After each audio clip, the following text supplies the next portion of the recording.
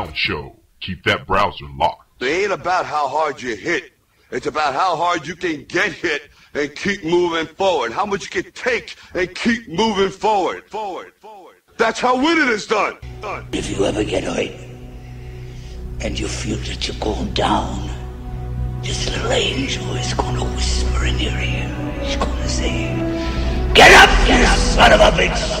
What did you say to the kid? It ain't about how hard you hit. It's about how hard you can get hit and keep moving forward. How much you can take and keep moving forward.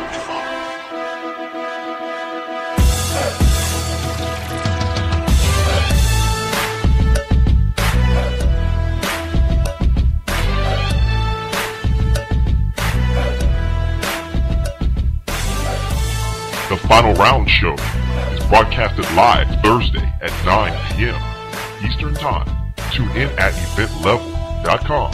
iPhone users tune in at ip.eventlevel.com. BlackBerry and Android HTC users tune in at bb.eventlevel.com. The Final Round Show is a syndicated webcast of the Indie Republic Network. Fight fans, sports fans, are you ready for the greatest sports show in the world? It's time for the Final Round with Sinister and Master Wills, featuring special guests Geek Freeze, TV, Blaze One, J-Rod, Rico, Ragamuffin, Leffy, the Toy Maker, TJ Watts, and more. Get ready for the ground and pound on eventlevel.com. The Final Round starts now.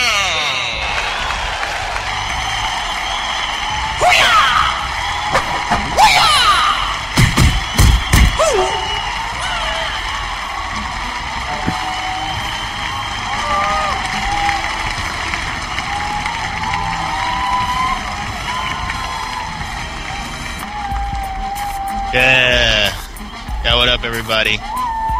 It's your boy, Master Wills. You tuned into the Final Round on the main event. Hot damn, and it is St. Patty's Day, y'all. Time to get drunk, get out to the bar, throw a bar stool, get in a bar fight.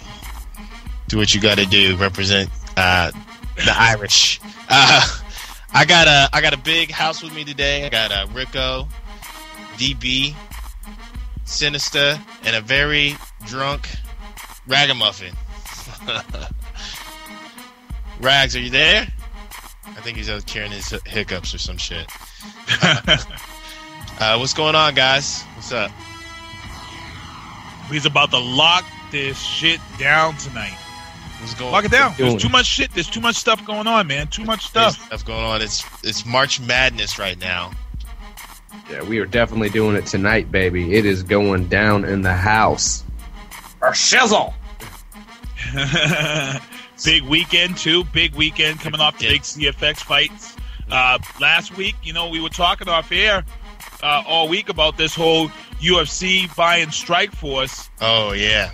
And, I talked to you and I told you it's so funny that was like one of our topics before it even broke. We were talking about the fact that they don't have women in UFC and Dana White should step up. And here it is just 2 days later after we air that show, boom. UFC acquires Strikeforce, and that puts women in the UFC. And that's what's up. Dana White listened to the Final Round. He listened to the mid-level. Yeah. What's up, man? I was wondering, what are your guys' thoughts on that? Because, he could do a lot with Strikeforce. They've got some talent. He could do a lot, but, is this something that's going to motivate Fedor now? Man, I hope they move Randy Couture over after his contract is up, and that motivates Fedor to want to fight something. Because they can both move down to light heavyweight. Randy wants to get out. Fedor, that's a good direction for him. Man, I'm stoked about this whole entire ordeal. It puts so many different matches on the plate. And they say business is business, man, but contracts are contracts. And that's what all that matters, man. Gonna motivate Fedor to quit eating donuts. For me. For me. There's Ragamuffin. Yeah, I'm back.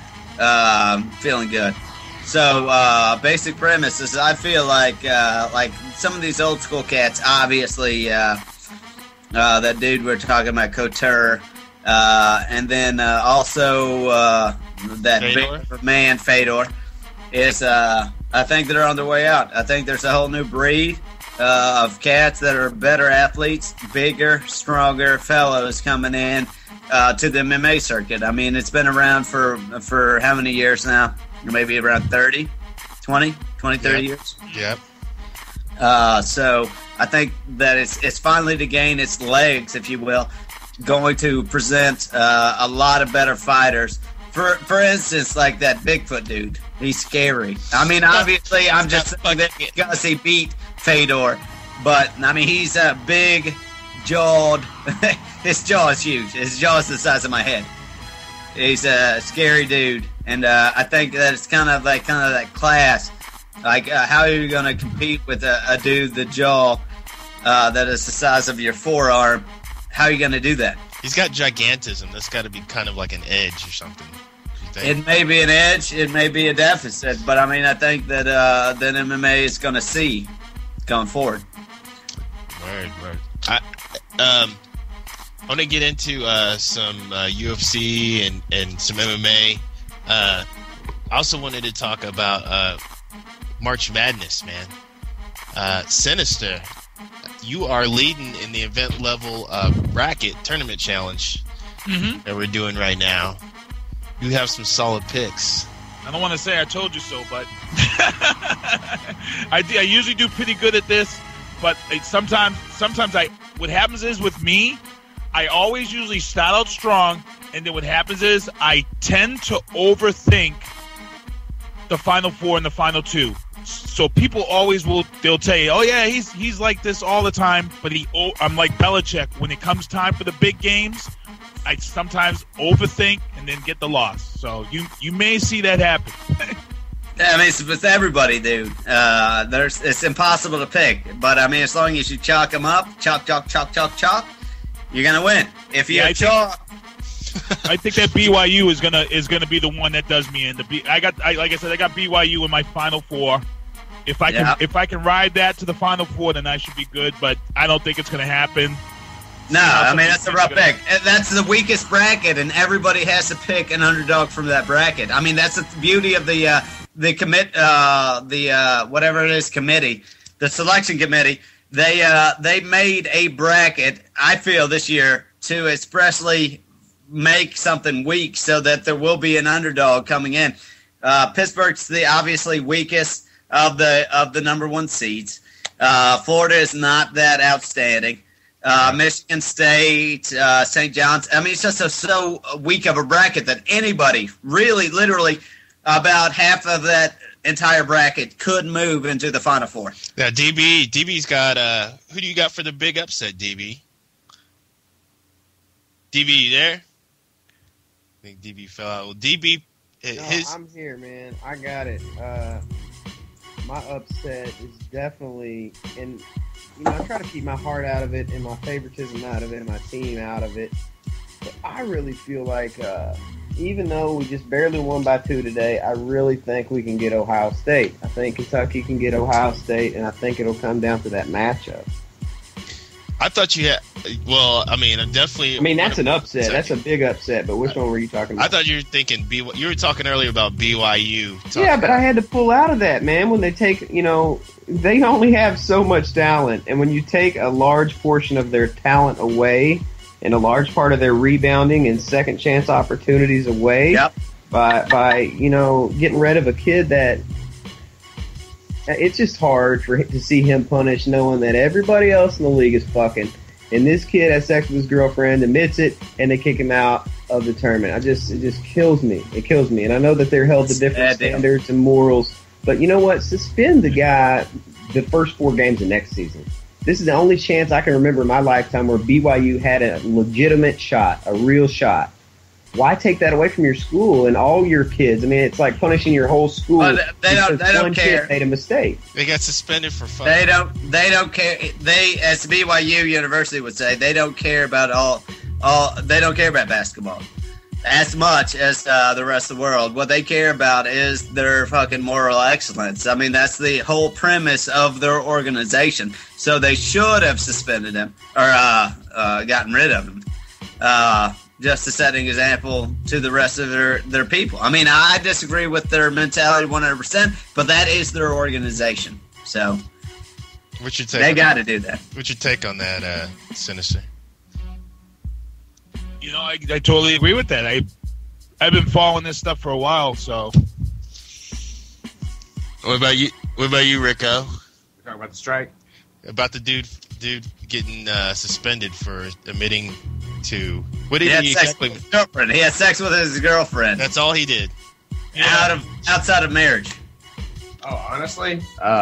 Yeah. The moral values. Bullshit is all I gotta say. Bullshit. I think that's some bullshit. There's a bastion of religion out there in Brigham Young. I mean, it's such a weird situation because there's so much shit with the Mormon religion. I mean, they hold themselves to a very moral standard, but at the same time, of course, have polygamy. But that's not like a mainstream thing. It's a built up. Real big just because that's going to be media friendly to everybody.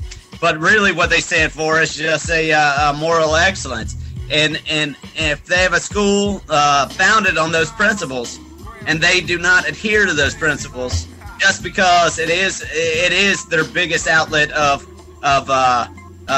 people attention, then what are they? They're just a sellout biatch, and they're not going to do that. Hey, Biatch. exactly. Yeah. BYU stands for Biatch University. Hey, so Louisville, man, what the fuck, man? Get knocked out second year in a row. Tino gets knocked out first round. They look like Overrated. They look like Overrated. No, they didn't. No. They're not overrated. No. They just did not play. They had no movement. No, not They Patino. I'm talking about They look like they Patino. were I'm talking about Rick breathing. Patino. You think Rick Pitino's overrated? That's just Yeah, that's remember just he came here and destroyed the Celtics. Remember he came here and coached the Celtics and pretty much destroyed them. I see. Yeah, I think he's a great college coach. I think he can coach up kids to a certain level.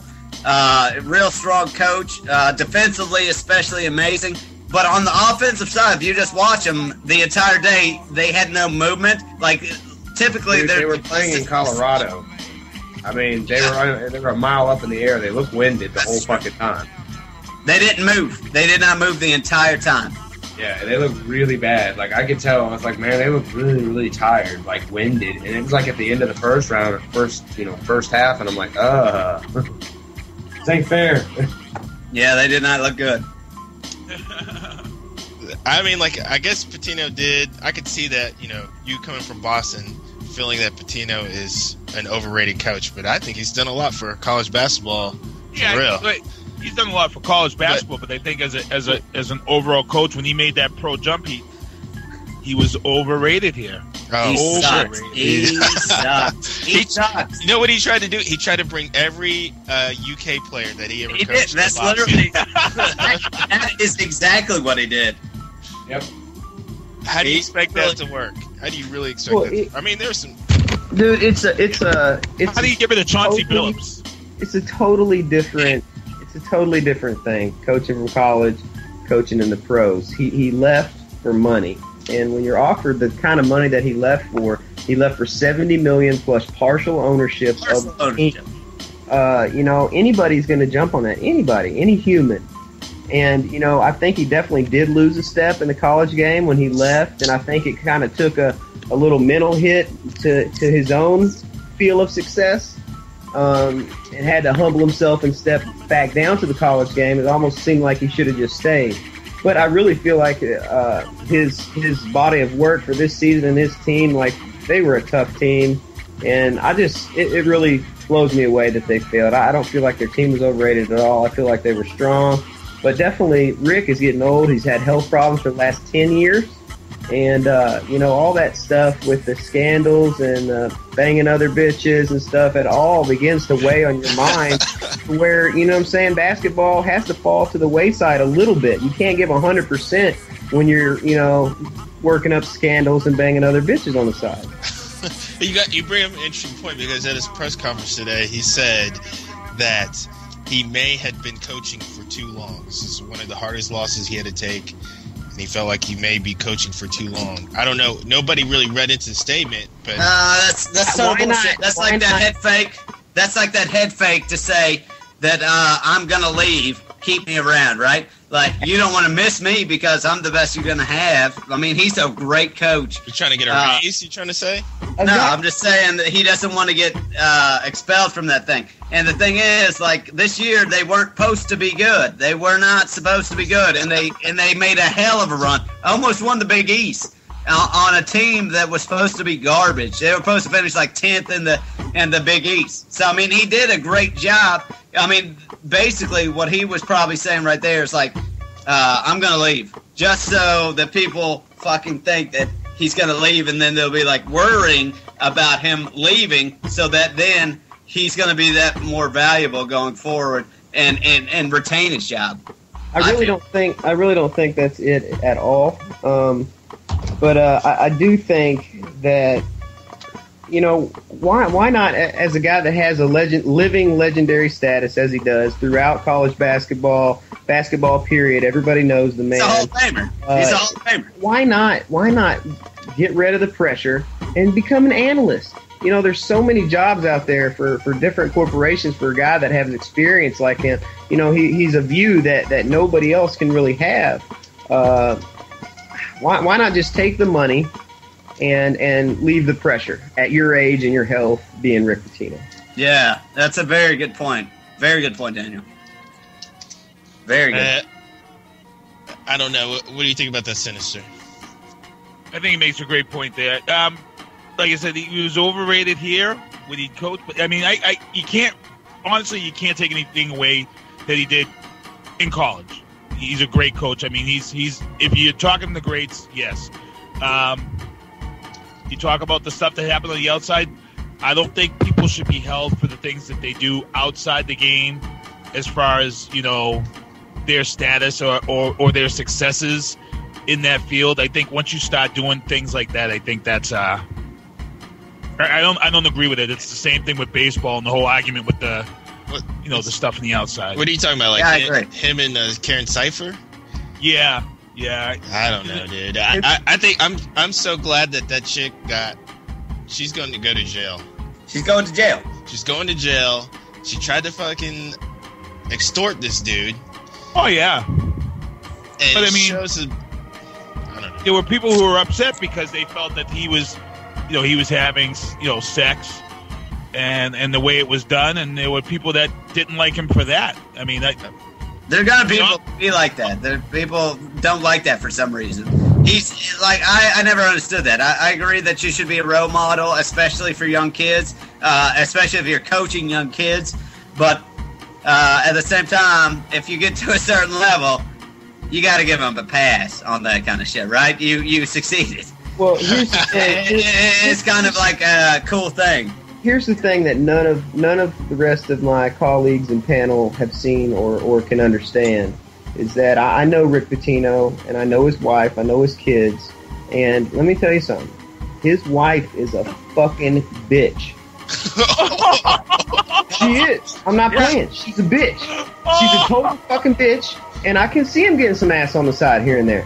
Because if you had met this woman or experienced her in public, you would understand why. And, I've been there, you know what I'm saying?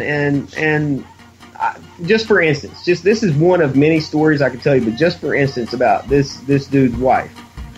She drinks a certain water, Pellegrino. I used to work at a restaurant in Louisville.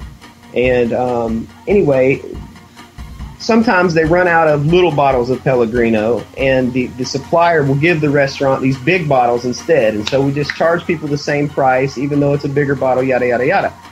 Long story short, this lady flipped out over not having a small bottle of Pellegrino, and she made a manager leave the store, go down the street, and get a small bottle of Pellegrino because she didn't like the big bottle. That's the kind of bitch that I'm talking about. Day in and day out. It wasn't a one-time thing. Can you imagine living with it? Can you imagine living with it? I can't. No, I can't. Not without getting a little Karen Cipher on the side. Karen Cipher is a disgusting-looking woman. I mean, she is absolutely the epitome of whore. She has the big Botox lips. She has the fake tits. She is disgusting as far as a human being, in my opinion. Yeah. So I mean, he could do better than that. But she throws themselves at you in a restaurant.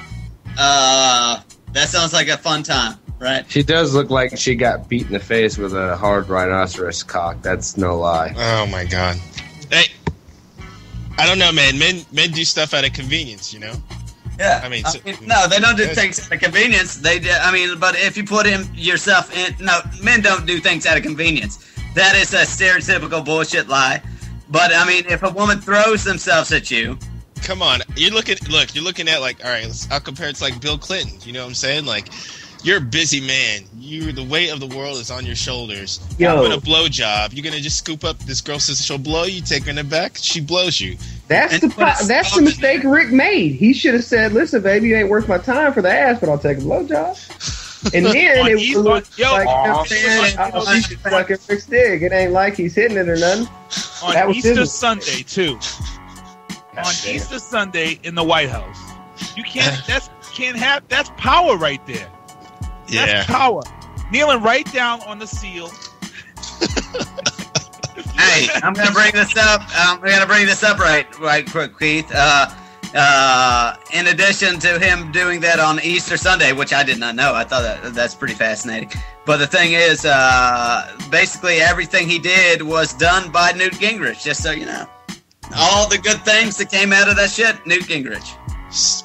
So Newt Gingrich hooked him up with getting his dick sucked? Is that what you're saying? All the good things.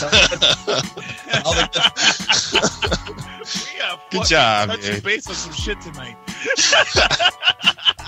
Oh my god. Yeah, one quick note. I'm gonna hit it before we take on the break though, real quick. DB has been preaching all season long about the Heat, and the Heat have been getting it in for real. The Heat beat the Spurs, the Lakers, Oklahoma City by 30. Beat the Spurs by 30. Oklahoma City. Who else did they take up there? They're just. Here's the thing about them is that they're sitting number 3rd right now, and all they have to do to punch their ticket, all they have to do is get in the playoffs. Getting in the playoffs, everybody's slate's wiped clean. The whole getting used to each other, the whole whose team is it, the whole I'm taking my South Beach talents, yada yada. It's all forgotten. It's all gone. It's all null. It's all void. Now it's playoffs. And now on my team, I got Dwayne Wade, Chris Bosh, and LeBron James. And so, you know, he just got back Bibby. Exactly. So, you know what I mean? It's a different thing when it comes to playoffs, although the playoffs on the East are going to be amazing this year to watch because really, I don't think there's any of us that can call it who's really going to win. There's a lot of people that have a legitimate chance, including the Knicks now, having bigger chances than anybody, including Boston, including Miami. There's even a few others that you could throw in there. But, you know, it's going to be exciting to watch, and no doubt Miami's going to be trying to win it all. And you got Chicago on a seven-game streak. But yeah, Miami that's my MVP vote, too, by the way. Derrick Rose. Oh, for sure. Yep. Calipari made that man. Yeah, Calipari. 3 games behind Boston. Calipari found that man. He made him. He paid him. He paid him. He paid him. That's he right. made it. He didn't made him. He paid him. Sinister. Miami 3 games behind Boston. Will they catch up? Hell yeah, because it don't look like that trade's working out right now. Ain't getting it done. Boston better gut check. They better look in the mirror because they got some teams creeping up. They were strong. They got to get it done. They got to win the game under the boards. You know that was one of the reasons why they got rid of Kendrick Perkins. He couldn't pull down the offensive rebounds, and you know this guy was supposed to do it that they pulled in, and they got to get it done. I just feel like I'm going to trade players on my team when something is broke and when something is wrong. And until then, I'm going to coach, teach, develop the players that I made a choice to bring onto my team. And I feel like their their whole product, their team, the way they've done things, their competitive level the last few years, it's not broke. So why make a change that it only throws in a new dynamic to your team going into the here's the other half of the season. Here's the other nasty rumor that's going around. The rumor is that some of these better teams are allowing to let some of these games slip, because they're already figuring out who they may match up with and who they may match up with better in that first round. And to be honest, if that's the case, you know what? I've lost a lot of respect for the NBA, and I'll tell you, I almost felt that way about 5 years ago with the Celtics, when the Celtics tanked the last few games to make sure that they got a good draft, that a draft position for the draft lottery, and I didn't agree with that one. So we're hearing that behind the scenes that that some of these teams are trying to position themselves.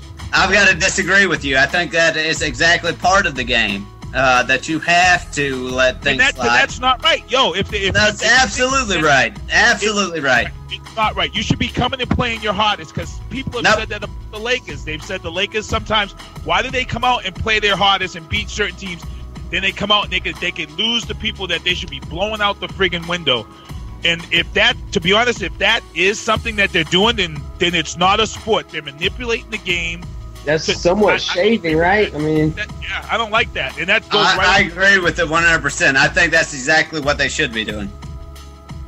But that's just my personal feel. I feel like that's exactly the way to fucking better your chances in the playoffs. Then do it, because that's all that matters. So you sandbag, yeah, fuck yeah, sandbag.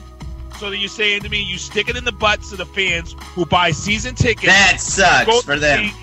That want to see you perform at your best level every night. I'll tell you right now. That's not the fucking team's problem. They're using the season to their advantage. What the problem is that the season's way too long, and that that's the only way they can fucking make money. So they have to do that. But really, that all that matters is going forward and fucking making that playoff run and fucking making that win. But otherwise, I mean, it's just a system problem rather than the team's problem. The teams should do exactly what they're doing if they're doing that. That's the way they should play. I feel like the season is too long, only because if you watch the first half of the season and you compare any of those games to any playoff game, unless you're blind, you would have to realize there's a difference in the way that the guys play. Mm-hmm. And, that's what I love about pro football, is that every single game matters. Every single game is played. There are no sandbags. There's nobody throwing games. There's none of that. There's people trying hard into the last second of every game, and that's what's beautiful about the NFL. Except for the Colts last season, when they took out Manning, and the fans were obviously super pissed off because I don't know how many tickets run, but I mean the thing is, what I wanted to compare it to was the NCAA, because every game matters there as well, because you got to make that 64 team tournament. So yeah. It'd be wild if they could. 30 games. 30 games is all you really need. But I mean, you can't really pay the players what they demand to be paid with that kind of season. I'd like to. It's a good conversation, but it's been talked about. I'm hearing it behind the scenes. Other reporters have been reporting. I mean, what are your thoughts on this? Teams heading down, trying to get that better round and not putting their best game out there. I mean, it's just the way the game has been. I've just come to learn and accept it. Like that's just what I see. I see that in NFL they were really trying to curb that from going on, but I don't know. I understand you're trying to get that draft pick and make your team better for next year, especially if you're not having solid chances to make a good playoff run. I mean, I understand it. I totally understand it. Like, how do you build? You're trying to build something in the long run. You're going to use every strategy possible, and the fans probably take it in the ass. And then, it sucks if you have a season ticket holder, but that's just the way it goes. I'm going to take a quick break real quick, and I'm super excited, man. Sinister has hooked it up We got UFC star John Doomsday Howard coming up after the break. Huge interview, huge milestone here, Final Round Show. So you guys need to stay tuned, keep that browser locked. Coming up on the break, we got Buy Mama a House by Scoop Diesel. It's the man right here. So stay tuned. You're listening to the Final Round on eventlevel.com. Keep that browser locked. Baby water! Baby water! You're tuned into the Final Round Show. Keep that browser They're going locked. to Disneyland, but fuck that. Eventlevel.com. Black sand from the ground up, any way that she likes. Pull up the delivery truck and not pop your collar, but make it right, cause it's your time, mama. It's your time, mama. I'm the last of a dying breed. With the stroke of a pen, the drama begins. Said mama, I guarantee I'ma squeeze the streets, I'ma grind for the green, I'ma get this the American dream. I'ma do the damn thing, I'ma bring in the bling, I'ma max out the tracks, I'ma stack a few racks, I'ma do what it do, I prefer to relax. See me, never get sass, never roll dick, nigga, no homo. You're similar to a Spice Girl going solo. Oh yes, oh no, okay, what it go for? Go kick in the dough, then go and kick it with my kinfolk. It's to the point that people tell me go get it, they see me grind, trying to have hella mozzarella, snatching every nickel and dime. If it's robbing, here to bank. If it's baseball, then I'ma swing. If it's slinging, then I'ma slang. If it's R&B, I'ma sing. Since I was many, I wanted to have plenty. The hood developed the hustle, then deposited it in me. They say the Northwest can't do it. We defy us like Obama while ripping out sweet 16s, flipping real estate for my mama. Cause I just wanna buy my mama a house. Spit the shit that gets my mama a house. If I gotta hit the corner, go and slay me an ounce. I'm buy my mama a what? Buy my mama a house. I just wanna buy my mama a house. Spit the shit that gets my mama a house. If I gotta swing a bat, I make a basketball bounce. I'm buy my mama a what? Buy my mama a house. People always saying that he must be cold as a penguin's pussy cause the spokes all gold. No one on the corner have swagger, I know, so I'm rolling through Tacoma with the old school flow. The saga continues. Surfing game as if it's orders off of a menu. If I offend you, I won't pretend it's cause I'm into professional money chaser. These vocals my money maker. Look, mama, no hands, just lyrics that's known to make you realize I spit it impeccable. Other cats not respectable. Shit that they kick belongs in trash receptacles. Couldn't be seen with spectacles. Grow some testicles. I came to lay claim my aims to let you know I done it, did it. In fact, I'm still doing the gift to get a grip. Please believe that I'm pursuing it, driven by determination. Straight go get it. No time for bullshitting. Holla if you with it. You see, I just wanna buy my mama a house. Spit the shit that gets my mama a house. If I gotta hit the corner, don't slay me an ounce. I'm buy my mama a what? Buy my mama a house.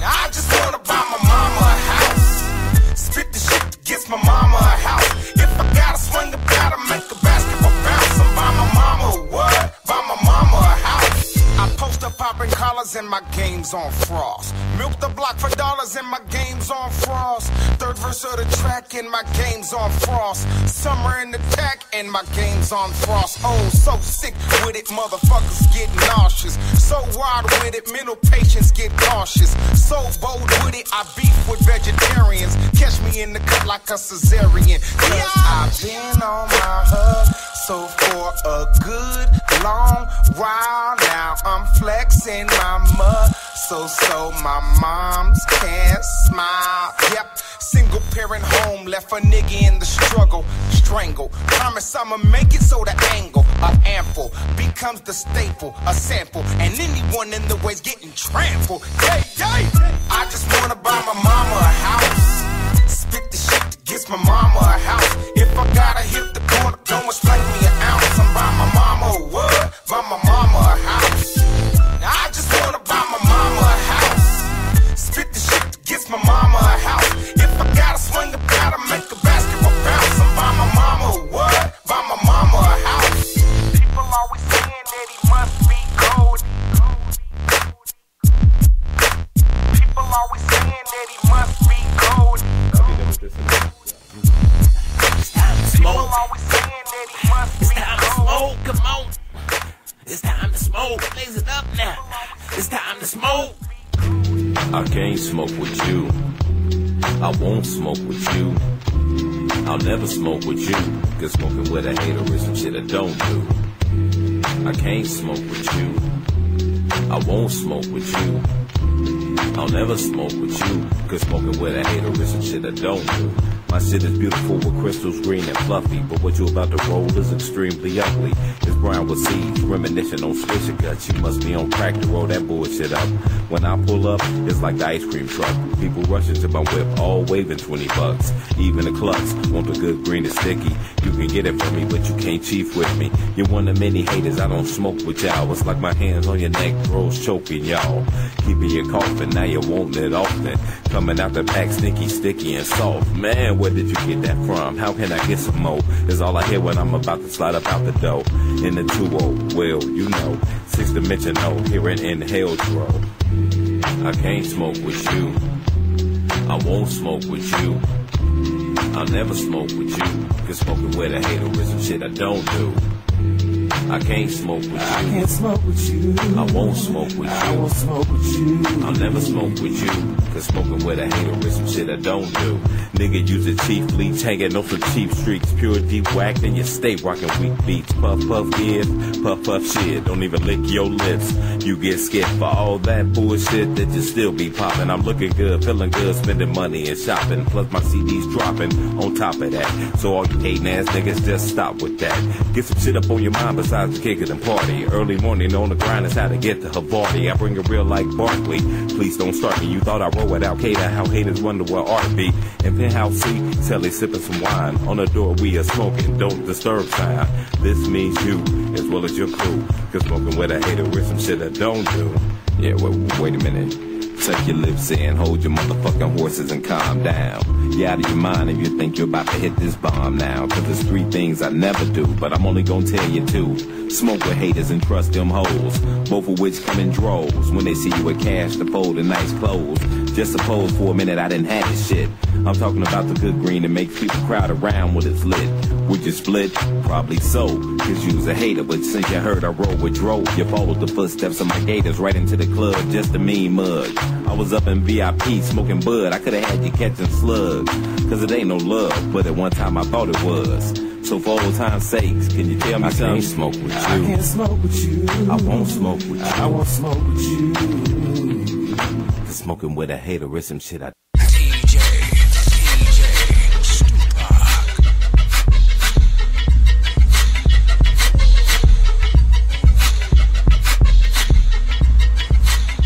Yo, man, Charlie Murphy, Free Love, eventlevel.com, check it out.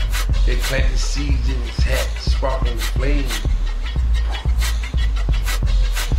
Event Level TV. What record is that from, huh?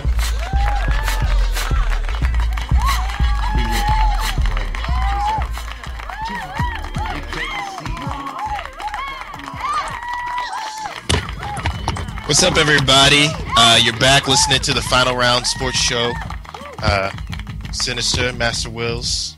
Got Deep Freeze with me. Rico, Ragamuffin. And very proud to introduce a huge fan of this guy. Probably has the best haircut in MMA. John Doomsday Howard, what's up, man?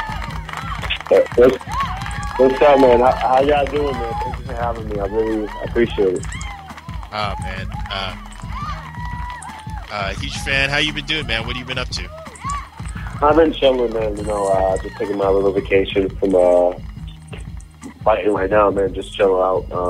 Actually about to do 2 seminars in Toronto tomorrow. So that should be pretty cool, man. What's going on in Toronto? I don't know. My manager set it up. Some guys who wanted me to do a seminar about my striking into basically MMA. So they set it up, man, and I'm leaving tomorrow morning. I can't wait, man. It's gonna be exciting. Now, I was watching your last fight with Thiago Alves, man, and I thought you did a hell of a job, dude. He was blasting you with some leg kicks, but you were holding your own, man. I mean, to me, I think you fight with a lot of heart. I love to watch you fight, for real. Thank you so much, man. Thiago, he was that's a tough guy, man. I mean, he had some of the best kicks in the Muay Thai community, man. He has the Brazilian Dutch style, man, and they are famous for kicking harder than the Muay Thai traditional style. And I was also going to be the guy going to a traditional style and come there and beat him, but, you know, it didn't work well like I wanted to. I think you took the fight kind of on short notice, and you know, Thiago was in there. Thiago looked as good as I ever seen him, you know, but still you took him to a decision. You know, I kind of think it was suspect that he got busted for steroids, you know. Yeah, man. It's a little suspect too about that, man, because from that fight, his test hasn't come back yet, you know, so I don't know why that didn't happen, you know, but his test, when tests come out with steroids, supposed to go online so everybody see it, his test hasn't come back yet. So I want to know the results all there are, you know. Now, because of his past, you know, he didn't use him, you know, then I can say, like, yeah, I want to see the test results. I'm not saying that he used for his fight. I don't know. I'll say either way, he did a good job. I was beaten, and that's so. But if that's the case, you know, that should be put out there, and you know, I should have a fair trial. I definitely agree with that. Yeah, no doubt, man. No, I don't think that, you know what I'm saying, any person should have any kind of upper hand advantage in a combat sport situation. I mean, you were a very, very, very large man and a very strong guy too.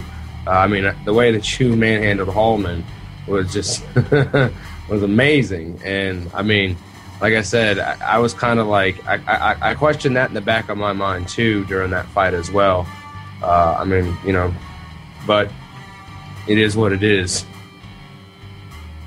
Yeah, man, it is what it is, man. I mean, Dennis Hallman was a good fight, man. I can see that was in the back and forth because he took me down, took my back to the whole second round. You know, in the third round, I knocked him, and at the end, 10 seconds, I knocked him out. So that was a pretty good fight, man. I give credit to him. That was a crazy fight, man. I didn't think I was going to win that fight. You know, it's just I had the biggest heart, man. I just said never quit, man. And with 10 seconds left, I just kept going and caught his shit and knocked him out, man. Yeah, man. What kind of work did you guys to prepare for that incredible fight, man? Because I mean, that had to be like, you know, a lot of studying, considering the man's record.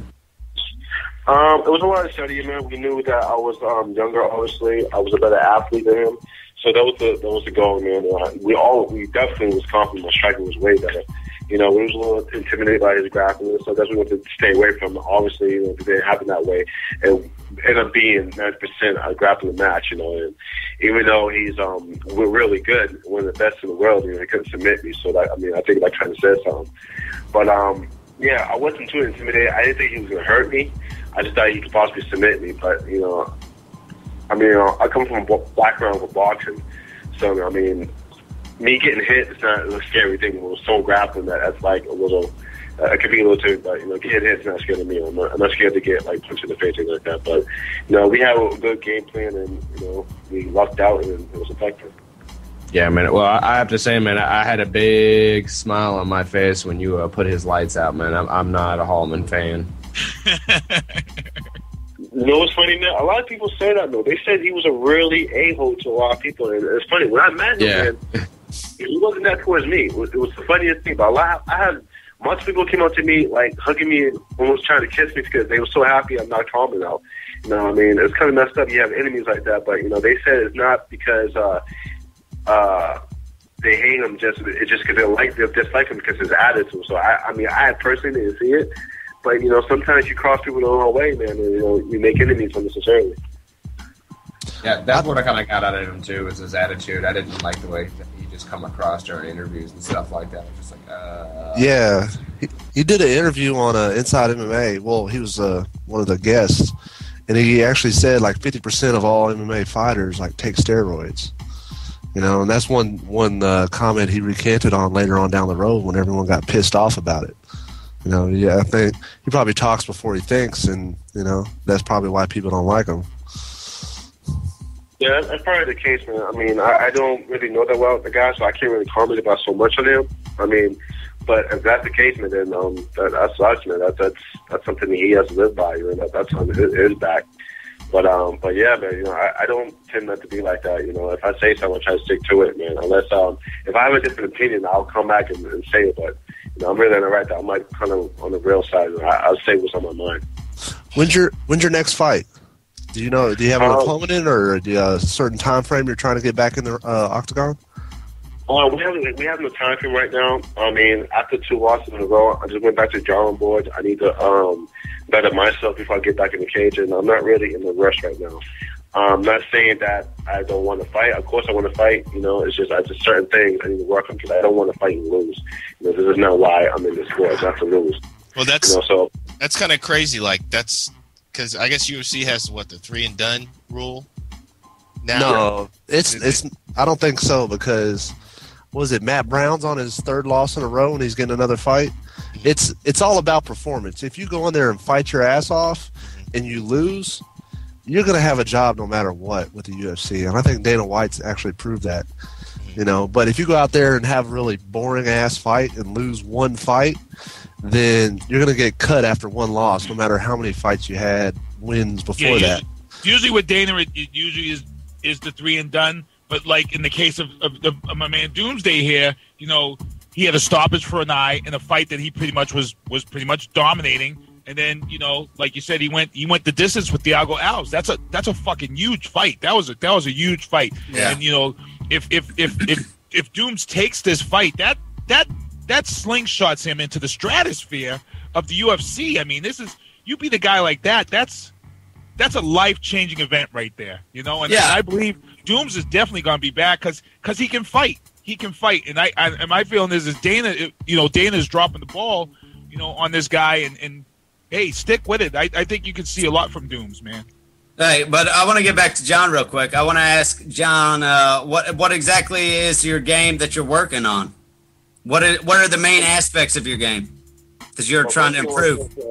I want to say thank you, man. I thank you for the prospect. I really appreciate that. I'm glad to see the fans and the people watching us knowing that they can see when people really try to fight with their heart out there. My whole game plan, man, I have to go back to certain my roots, back to my boxing, back to my kickboxing. You know, I was a little stuck about my Muay Thai. Maybe I need to other Muay Thai style, which is the Dutch Brazilian style. Get my hands in that, and back to my grappling base. You know, I have a pretty good jiu-jitsu background. A lot of people know I'm a purple belt on jiu-jitsu. Probably if I get my brown belt soon. I'm not really sure about that, but I am a pretty decent purple belt. And so I'm getting back to my home base skills, get my wrestling up and stuff like that. So, you know, once I get that better, you know, I'm gonna come there with a force of reckoning. I'm coming there with, you know, but just straight bringing Doomsday back and just, you know, on the chair, man. That's not how it goes. Get in there and beat that ass. That's all I understand. Go ahead.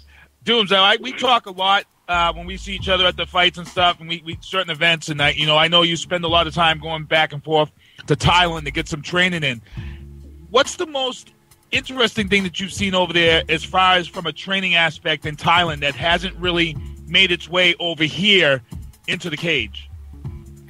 I would say that the discipline, man. I mean, the effective elbows and knee strikes. I haven't mastered elbowing. I'm still on a beginning stage on it, believe it or not. And the way they elbow, man, they elbow to break jaws and temples and shatter eye. They elbow to really hurt. As a matter of fact, in traditional Muay Thai, you're not allowed to elbow until the 3rd round. Right. You know what I'm saying? Because elbows is that lethal because they could cut you real deep or they could shatter bones real hard. You know, so you're not allowed to elbow until the 3rd round. And 3rd round really begins from Muay Thai. That's where you can go all out. So we haven't really seen that in the cage yet, but once you see it, it's crazy. We saw a glimpse of it. For example, John Jones versus who was it? He broke the kid's jaw. It was Brandon Vera broke his orbital bone. Yeah, that's a perfect example. That elbow right there, that's the type of elbows that happen in Thailand all the time. You land something like that, that's really dangerous, man. And he just did a perfect technique, landed excellent, and you can see from one elbow ended the whole fight. You know, so that's the next stage of we're going to see in the cage soon. Well, in Thailand, in the Thai boxing, the reason they don't really start fighting until the 3rd round is because the first 2 rounds are like filler rounds for the betting aspect of it. So everybody puts their bets in, and then when the third round, it's full steam. Definitely, that's exactly what it is. But also, it's a test. It's a test to see what your opponent gonna do, what stakes he's gonna go for, and just set stuff up, man. So I mean, that's how the way it go. I mean, it's a shame, and we don't really use that over here because foreigners go over there and fight Muay Thai kids. You know, they come out explosive first, second round, but third and fourth round, that's when they get knocked out or hurt. And you don't understand why. But what it is, like you're right. The first and second round is the test round, see what you're gonna do, fake some moves, land some clean shots. And then third and fourth round, that's when the fight really starts. Now, you know, one of the reasons why we got you on, you got the big pay-per-view coming up, and you know what? All of us guys here have been filling out our picks. I think you guys think we should ask Dooms. Oh, hell yeah. Dooms. His picks, we could start breaking down what we got coming up this weekend. Yeah, sure. Definitely give you the breakdown. Yeah, let's do it. Yeah. All right. Yeah, Will, you take it over, man. All right. Actually, I was going to take a quick break real quick. Okay. This is a good interview. I'm so excited to have Howard on with us. But take a quick break. We're going to come back. We're going to get your fight picks, man. I want to see who you picked. I'm going to write them down. That way we can post them on the site also. We'll post them as Dooms' picks. Oh, hell yeah. Oh, good. Yeah, I'll write them down. Hell yeah. So we're going to take a quick break. Keep that browser locked. We have John Doomsday Howard on the line with us. And we're going to be right back with his UFC 128 fight picks. So stay tuned. Final round, eventlevel.com. You're tuned into The Final Round Show. Keep that browser locked.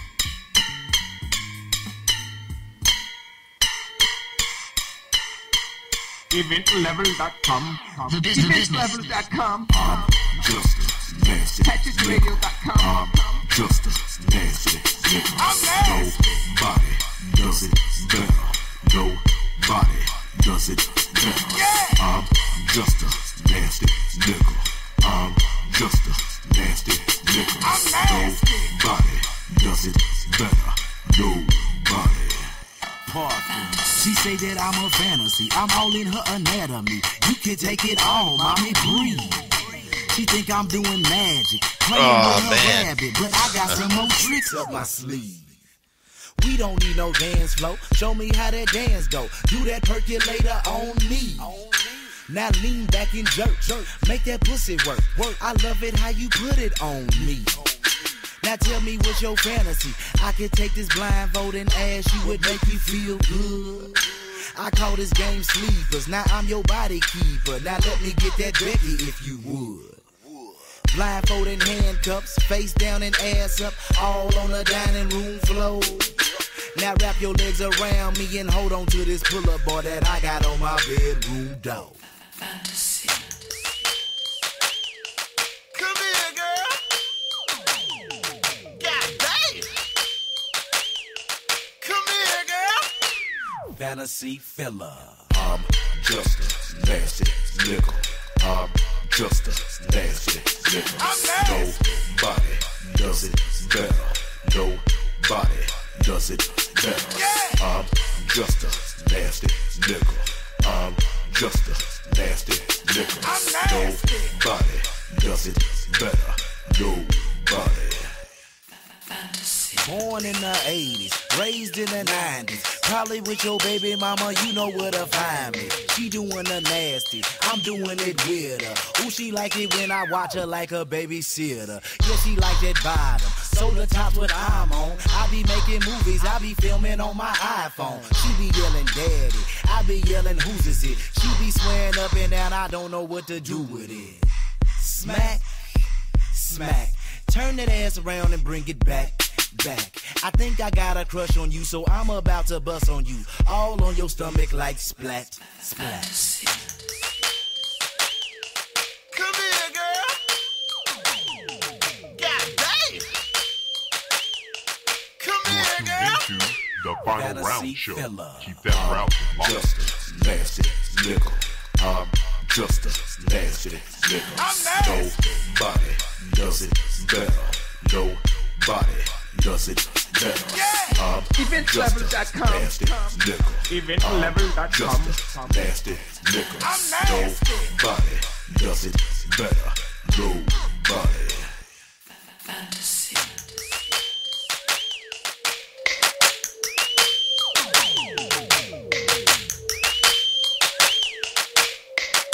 The seized testicle.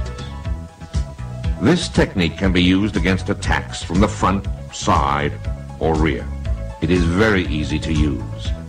It entails reaching between the attacker's legs and crushing his testicles by squeezing hard with your hand. A variation of this technique is a smash strike to the testicles with the forearm.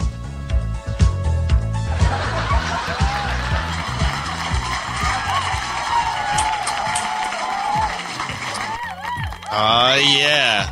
The seized testicles technique. I think Bruce Lee called it monkey steals the peaches. I don't know, man. Wait, do you know anything about that technique, John? Which technique? The seized testicle technique. You go in.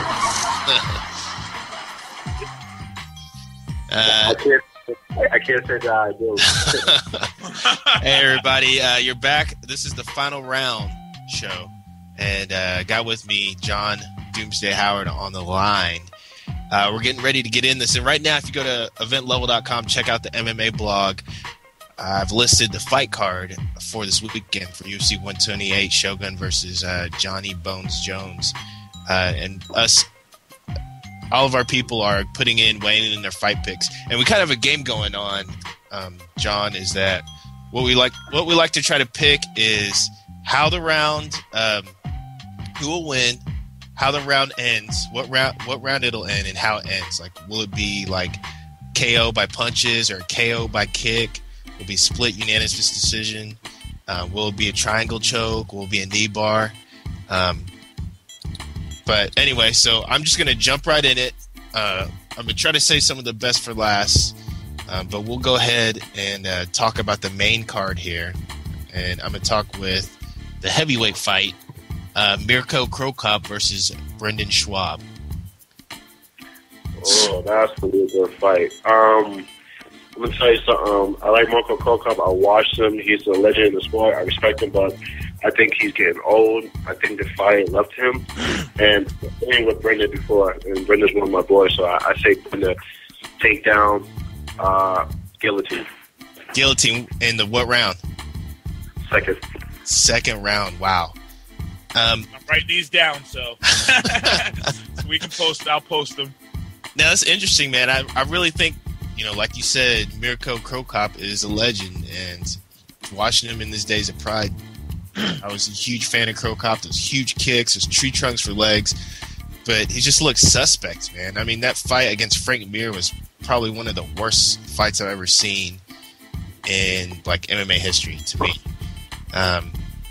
I definitely think Brendan Schwab will take him, but I don't know what's going to go on. Is he going to come in there cautious? Is he going to go in there looking for the kill and try to be wary of, Krokop's mythical leg kick to the head knockout? So I call this one on a decision. I don't know. What do you guys think about this? Here's my deal on this whole night that's coming up. Okay. You ever see the movie Too Fast, Too Furious, the second one? John Jones and Brendan Schwab are Tyrese and Paul Walker. And here's what they're going to be saying come Saturday night. We hungry. We hungry, cuz John Jones and I'll tell you right now, Brendan Schwab, I think Brendan Schwab, some people got this as a decision. I think Schwab can take him out. I think second round. And I think unanswered strikes. So I think he gets the mount. I think he gets unanswered strikes. I think Schwab takes the win second round. Awesome. Deep Freeze, what do you think about that? I kind of agree with Sinister right there because, Schwab's up and comer. He's done really good in his last few fights. He did get knocked out by Big Country in the Ultimate Fighter season finale, the heavyweights. But recently he's looked very good. But he knocked out Chris Tushner in the first round. So, I think he might. I'm going to have to agree, definitely unanswered strikes. Be hungry. Second round. Be hungry. So what do you do with Crow Cop once it's over, man? Is Crow Cop done if he loses his fight? I guess the Strike Force. Oh, there you go. It's over the Strike Force, over to there. You know what it's like now? It's like Raw and SmackDown now. Speaking of which, John, what do you think about that? The UFC acquiring Strike Force, about that whole deal? I don't know about that, man. I think that's a big to fail. I mean, you obviously Dana White know what he's doing. He's a genius. He's the one that brought the sport where it is. And I don't know about that. I don't know if that was the right move because he has to take all. They said they honor all those contracts. I hope they do. But I think this is going to be a weird situation right now. You know, I think it's a law on his plate. He probably could deal with it, but I'm not sit here and see what happens. I mean, apparently Scott Coker's still running everything, and everything's going to go, even though all those people still have 2-year contracts. So everybody's thinking after the 2 years up, he may start axing people. You know, Dan Henderson, he had beef with him. He might be gone. Those other people that he disliked. Yeah, Josh Barnett. You know, will Josh Barnett stay? There's a lot of questions to be raised, but on a business, I hope he keeps the women, man. That's my biggest thing out of this. I hope he realizes he's made a mistake over the years, and I hope he keeps that women's division in Strikeforce. I'm keeping my fingers crossed. I'm knocking on wood, and when these 2-year contracts are up, I'm just telling you, I want to see women in the UFC, man. That may be what he's doing. He may be having maybe a minor leagues for the other fighters, but then actually have the women's league in Strikeforce. You know, so that way they can still have both men and women fights in Strikeforce. Here's my question: is he going to still call it Strikeforce, or is he going to call it UFC? I don't really. That's the question. That's the question everybody has to ask. I mean, is it going to still be Strikeforce, or is it going to be official UFC? Yeah, and that's a good question. Will he merge them both? You know, and I was talking to some other people about this. Talking to Cyber and some other people that the UFC has such a high demand right now all across the world about putting on shows. People are saying, come here, do a show here, do a show in Seattle, do a show in Texas, do a show here, that they don't have enough fighters right now to be able to put on as many shows as the demand is right now. So, you know, in the long run, definitely, since that's their biggest competitor, you know, I think it was definitely a smart move as far as a business standpoint. You know, Dana White knows what the hell he's doing. I definitely agree with that, man. But the question is that certain divisions, what's going to happen to those other divisions? And that's a curiosity because if people don't remember, UFC brought up Pride too. And people forgot about Pride. You know, Pride technically still exists.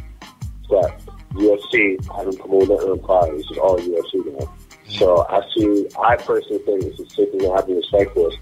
People know Strikeforce to exist, and then UFC's like, you know what, forget that. UFC everything, and that's going to happen. You know, so I mean, I hope it doesn't. I agree. I do not want to see the women's event go gone, but let's see what happens. It's a monopoly, man. He's got it on lockdown. Kind of scary. Anyway, what's going on? And let me go to the next fight now. Right around in your guys' neighborhood, a little bit further away. You guys are in Boston, but right around the corner, New Jersey's Dan Miller stepped up to fight Nate, the great Marquardt. He was originally supposed to fight Akiyama, but Akiyama pulled out. Obviously, he has family that are devastated from the tsunami and earthquake in Japan, so he kind of had to pull out in the cloud of that tragedy. But Dan Miller, thankfully, has stepped up to take this fight. John, who do you think is going to win? How do you think this fight's going to, and who's going to win? What's going to happen here? That's a hard fight to call, man. You fought Dan Miller before, right? Yeah, I fought him before, man, a long time ago, man. I fought him the decision of that, man, and I still kind of whine about that because I believe I got played. I'm the one who broke his jawbone, and for some reason he still won. I don't understand that. What's the decision? He still won. Matter of fact, he left on the stretcher.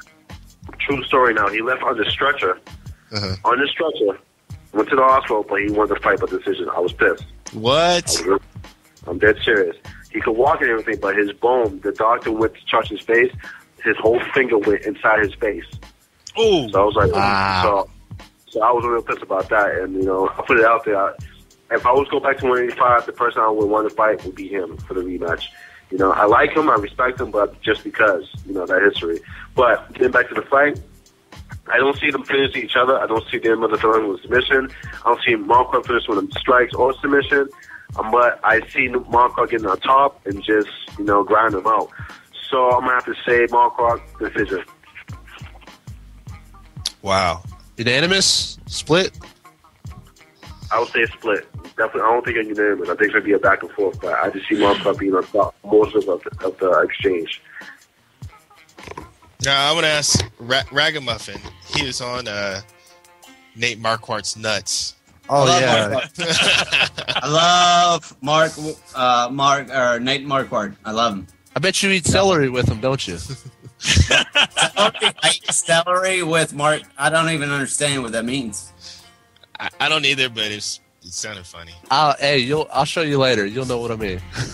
That sounds kind of gay, but does not matter. Marquardt will destroy him by many a fist, many an elbow. I don't know who Dan Miller is, but I understand that Nate Marquardt is Nate Marquardt, and he will win. That's what I. Sinister, was that who you were calling kind of the same thing, right? Yeah, you know what? I like Marquardt. He's very, very strong. And like I said, this is a guy. He eats hard. He eats real good, trains hard, and I think this guy takes it. I think he takes it probably in the third round. I think he gets a victory, though. I don't think it goes to decision. I think 10 years ago, I was watching some YouTube videos because I like Yves Edwards, and I like Marquardt. And I was watching videos, and I believe they fought each other. This is years ago. They're young bucks. They're 18, 19 years old. And Marquardt beat Yves.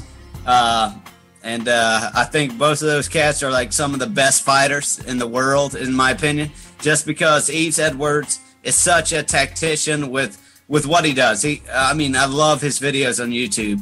He fucking does all kinds of shit. If you guys haven't seen him, it's like a mini Anderson Silva. He's awesome. He's awesome. Rico, who you taking in this fight? Between Marquardt and Dan Miller? Yeah. Man, I'm telling you, and this is something that I'm going to say too. Oh, I like to watch Marquardt fight. I'm not on his dick like Ragamuffin is, but I like to see him ground and pound. I've got him beating him. You know what I'm saying? It's no doubt. All right. Well, let's go ahead and move on to the next bout. Jim Miller versus Kamai Shalaris. John, what is your take on that? Miller all the way, man. Jim Miller. Jim Miller. Sorry, Jim Miller all the way on that one, man. And Miller is a beast, man. He is a beast. Yeah. I've been watching him years, man, and he's been on a little tear himself, man. And people don't give us credit as he should, but that dude is a beast, man. I think after this fight, he should definitely get his title shot, but he well deserves it. I was surprised in his last fight where he pulled off that submission. Oh yeah, Charles Oliveira, knee bar. Charles Oliveira, I was like watching that dude operate. That dude knows some serious jiu-jitsu, especially with his last fight. And I was really expecting Charles Oliveira just to jump on his head like a spider monkey and roll around and pull out like an ankle lock or something like that. And here comes Jim Miller, and he busts out a knee bar in the first round. What the hell, Well, I'm not surprised, man. You have to get Jim Miller is a real good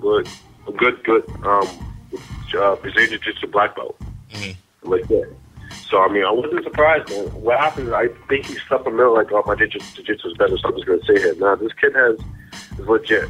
He's really legit. And I wasn't surprised, man. You can't sleep on a kid like that because if you attack something and the way he submits stuff, he doesn't submit to submit you. He submits to break it. So, believe me, I wasn't surprised. He was like, don't sleep up. He slept, took a knee bar, and he tried to break the thing, and he got the victory. Dang. Tough fight, man. It's going to be great to watch him in the ring operate. Sinister, what's your take on that? I like. Kamal's a tough guy. He brings a lot to the game. Wrestling, jiu-jitsu, but Miller's been in the game a little bit longer. I like that experience. I think Jim Miller can take it out with a little bit of a submission in the second round. Submission second round. And John, what did you think? How do you think he's going to finish this fight? I don't know, man. That's going to be a good fight. That's kind of hard to call. You think he's going to break an arm first round, or what's up? I think I'm going to give it second round. Not by finish by submission, finish with strikes with aggressiveness, man. Because the thing about him, if you can't shut him down early, that's it, man. He'll get on you and keep going, man. He's like a Frankie Aiken, man. I mean, he was hating with Frankie, and I don't know if y'all saw that fight or not before, bring your card back, but it was a close fight. And it was a good fight at that, and he can hang with him. And so once he gets going, man, there's no stopping him. That dude fights with a lot of anger. I see it in his face, man. Crazy fight. Let me go ahead and move on to the next one, which I'm pretty hyped about. California Kid, Uriah Faber versus Eddie Winland. Who do you take in this fight? Oh, California Kid all the way, man. California Kid. How do you think this fight's gonna end? I think it's hard to tell with him because he's just so creative. Because of his situation, I'm going to say decision. I don't think he's going to risk too much, but I think he's going to take it to him and get the decision and just wear him out. Win the decision. Down to the decision. Deep Freeze. What's your take on this?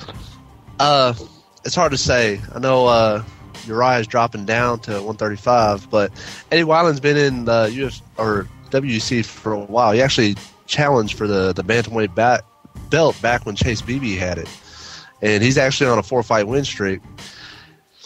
A few finishes in the last few fights. I'm actually going to pick him. I'm going to say Eddie Wineland. Wow. Sinister, what you got to say about that, man? Look, Uriah Faber is nice. He's strong. He's fast. He's pretty tough when it goes to the ground. And, if he tries to stay up, he's going to stay away from the strikes. I think he's going to open this up. I think he's going to shoot in. And I think he's going to take that back and chokes him in the mouth. Well, we'll see. That's MMA. It's just like anything can happen, Yeah, well, remember our last conversation with the Anderson Silva, and what was you hearing from me that match? Yeah. Kick to the face, first round, he's going down. What happened? Kick to the face, first round, he's going down. I can't believe the heart on the California Kid. Just watching his Jose Aldo fight. To get his leg beaten for those 5 rounds and survive, that takes a lot of heart, dude. His leg looked like a blood sausage. Oh, like a bloated blood sausage. Yeah, even when he fought Mike Brown the second time, he broke both of his hands in the early rounds, and so instead of throwing punches, he kept trying to fight, instead throwing elbow strikes. He hardly ever threw a punch. He kept throwing elbows. And then he went the full 5 rounds with 2 broken hands. Yeah, man. The kid has heart, man. The kid has some serious heart. Believe me, I've been leg kicked pretty hard, so I know how it feels. He has heart. Yes, he does. Let's go on and just bust this out right now. The title fight. Mauricio Shogun Rua versus Johnny Jones Bones. Crazy that the Johnny Jones comes in as a favorite to win this fight.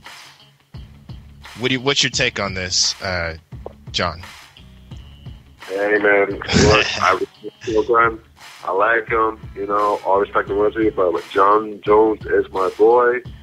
I seen him come into the light, man, and he just took off with it. So all the way, 100%, John Jones Bones, he's going to win. I don't think he's going to finish Shogun. I think he's going to take his decision.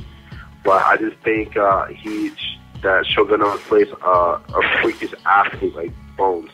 I sparred with Bones before, and he's a weird athlete. He's just weird. stuff he does, man, is like, that's not humanly possible, and he does it, man. I mean, I see this guy run a treadmill on a high speed and running sideways, backwards, do a 360, and he did it like nothing. Like really like nothing. I was impressed from him running the treadmill. So trust me, I mean, I'm speaking for what I saw. Bones is going to be the new world champion, man. I mean, the way that Greg Jackson described it as coaching a video game, like there's no limit to the dude's skill. Just a freak of nature. Yes. But you don't think he's going to be able to finish Rua? I don't think he's going to submit him, but I think he can overwhelm him and like take him down at will and ground and pound him. Because remember, I mean, John Jones never been taken down. Mm-hmm. Think about that. Mm-hmm. Think about the people he fought. He's never been taken down. Mm-hmm. He taken down. He fought Matt Hamill, one of the best takedown artists in the game, and he destroyed him. Even though he lost by a DQ, which I think was bull. Okay, absolute bull. He destroyed him so bad. Matt Hamill had to be picked up and escorted out. Yeah. Okay, and then Tito fought Matt Hamill. Okay, and Matt Hamill beat Tito. So there you go. Absolute bullshit. What's your guys' takes on that? What's your take on that, Sinister? You know what? Like we talked about John Jones last week. I'm not biased to John Jones, even though I was, at his first pro fight debut. But you know what? I seen this kid fight. He's got ill skills. And he's strong. I sat ringside for one of his fights. The kid hits hard. And he throws some kicks. He can wear your shins down. Mm-hmm. And then he could throw that kick to your face. So I'm looking for Jones to come in there.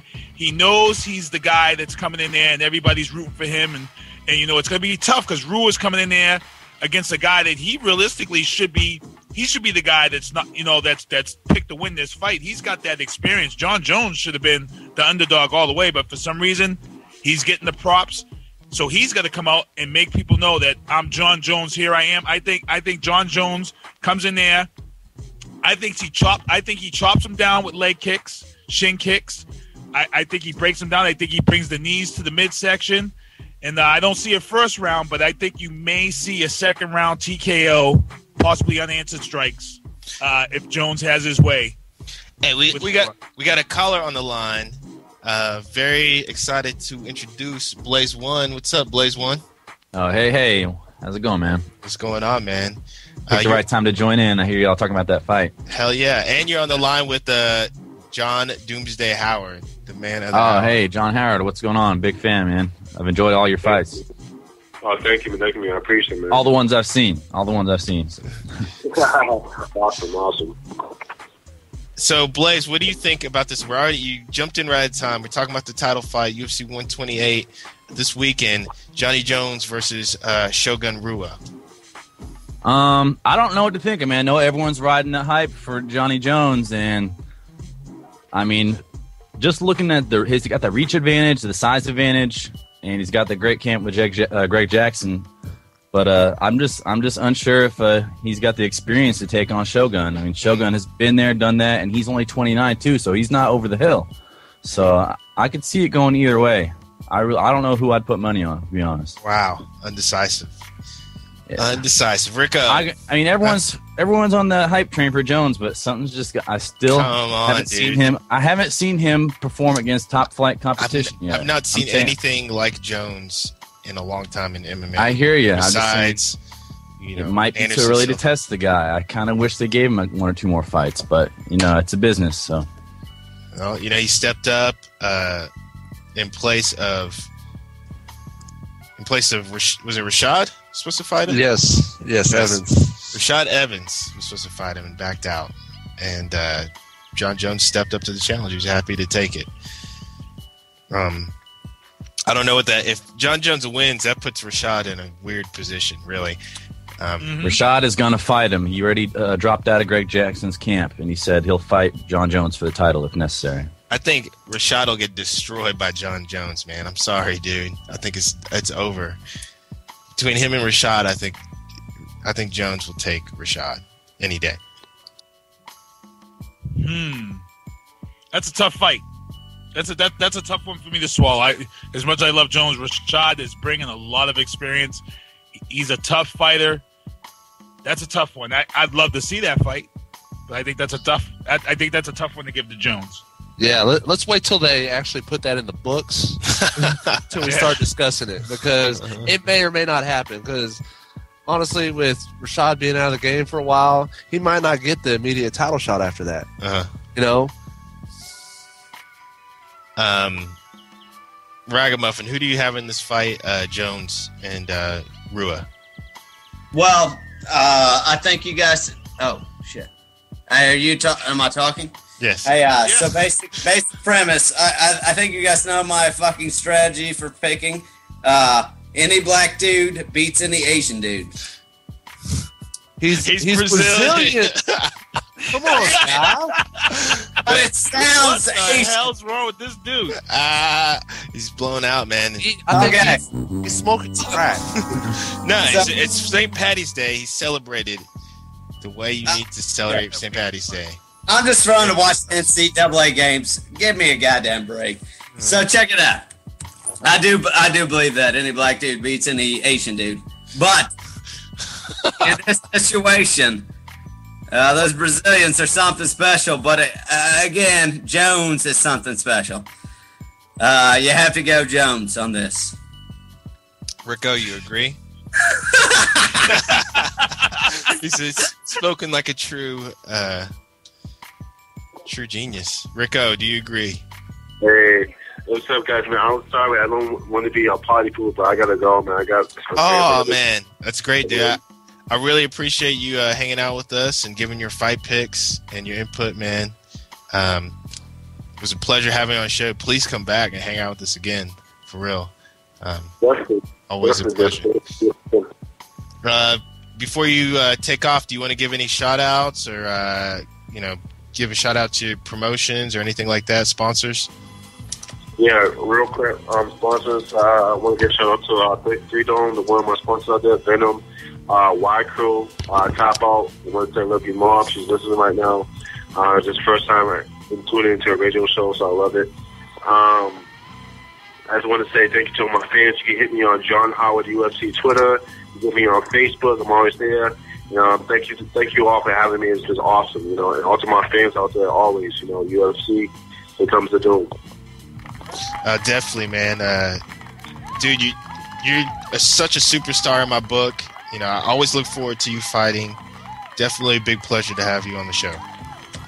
All right, thank you. I really appreciate y'all. Hey, y'all have a blast, man. Thank you.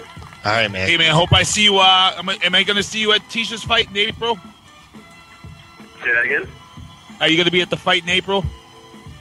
I should be, man. I'm not 100% sure, but I should be. I'll put it on Facebook. I'm pretty sure I am. And if you are, I'll definitely see you there. Okay, man. I'll chat with you. All right, sounds good. Take care. All right, peace. All right. Thanks. Yeah, man. Big shout outs to John Doomsday Howard. Look him up on Facebook, his Twitter.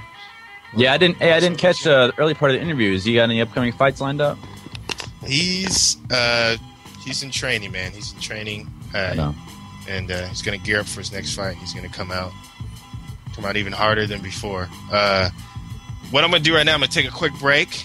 We're going to come back. We're going to come back with a little more MMA and sports talk, and we'll be right back. So keep that browser locked. You're listening to The Final Round on eventlevel.com. Stay tuned.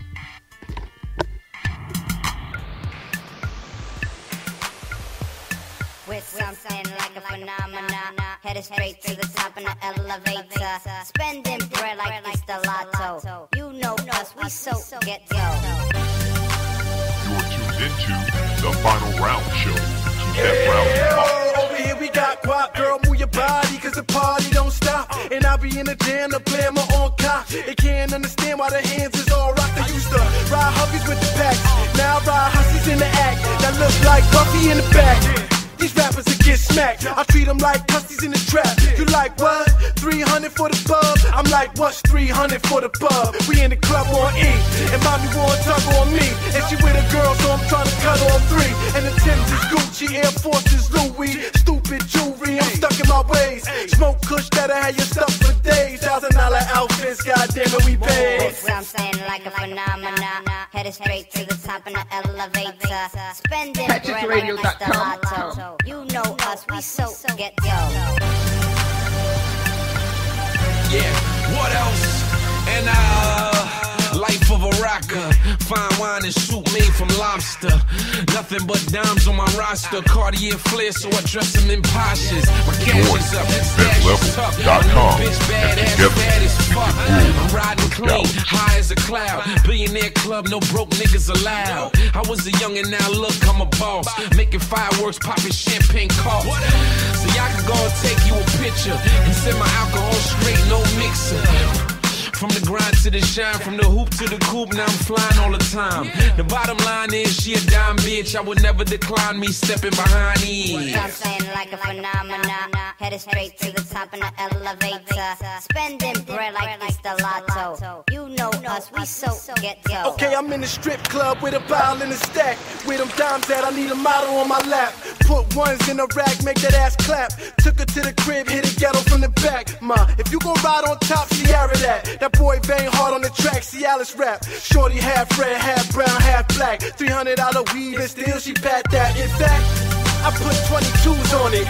You hear them say, he threw the big shoes on it. What bank the bread is in the bed? Shouts to my nigga PH, he in the feds. Yeah, I'm all ghetto socks mismatching. But you don't see the mind when my tools clashing. The cable is all glitz, cream cheese in my pocket. Bagel on the wrist, all ghetto with it. Like a phenomenon. Headed straight to the top in the elevator. Spending bread like Mr. Lotto. You know us, we so ghetto.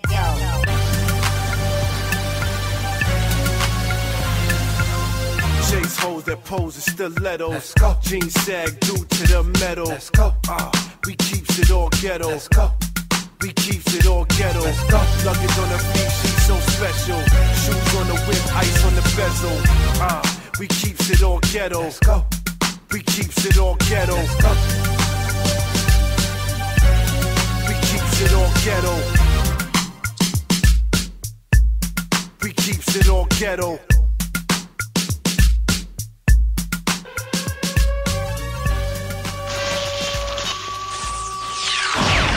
Tuned in to It's BM Radio at itsbmradio.com. That's ITZBM Radio.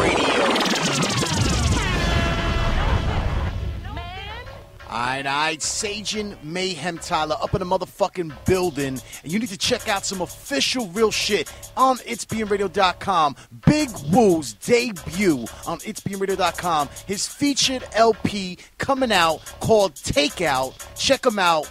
Big Woo live. We're going to have him live on April 10th. In the building, Big Woo. You need to check him out. EP is coming out. It's called Takeout. Let's check this shit out. Big Woo. Big Woo here. Big Woo, I'm from this small fucking place. Me give you chopstick, doodle chop your fucking face. Free buffet, me give you egg one time. I bust a hip it, they hop it, they beef your ear rhyme. You give me chopstick, me give you sushi. Me give you rice patty, me give you boost weed. Me give it to you raw, me give it to you fried. You give me fortune cookie, it's Big Woo inside. Baby water, baby water. Join eventlevel.com and together we can rule the galaxy.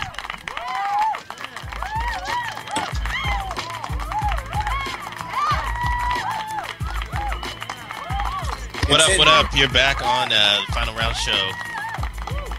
Master Will, Sinister, got Blaze One, Rico, Ragamuffin, Deep Freeze on the line. It's going down like that, man. That was a hot interview. John Doomsday Howard. Yes, Love that was. guy, man. Love that guy. Love that guy. What was the other? Oh yeah. Let's see who else is on this fight card, man. Kurt Pellegrino is going to be busting out. Batman. Joseph Benavidez is going to be on it. So it should be a good fight card, man. I'm excited to see what's up. Y'all mentioned Crow Cop earlier. Earlier. What do you think about Crow Cop there, Blaze? He's gonna go. He needs to go into retirement. They say we're gonna put him in Strike Force, dude. He's gonna go to Strike Force. He's gonna be heavyweight Grand Prix reserve. Heavyweight champ. Edson Barboza. Hell yeah. After destroying that one guy's leg, I would like to see how he puts up against this other guy. I really don't know how to pronounce that. Nojuwani?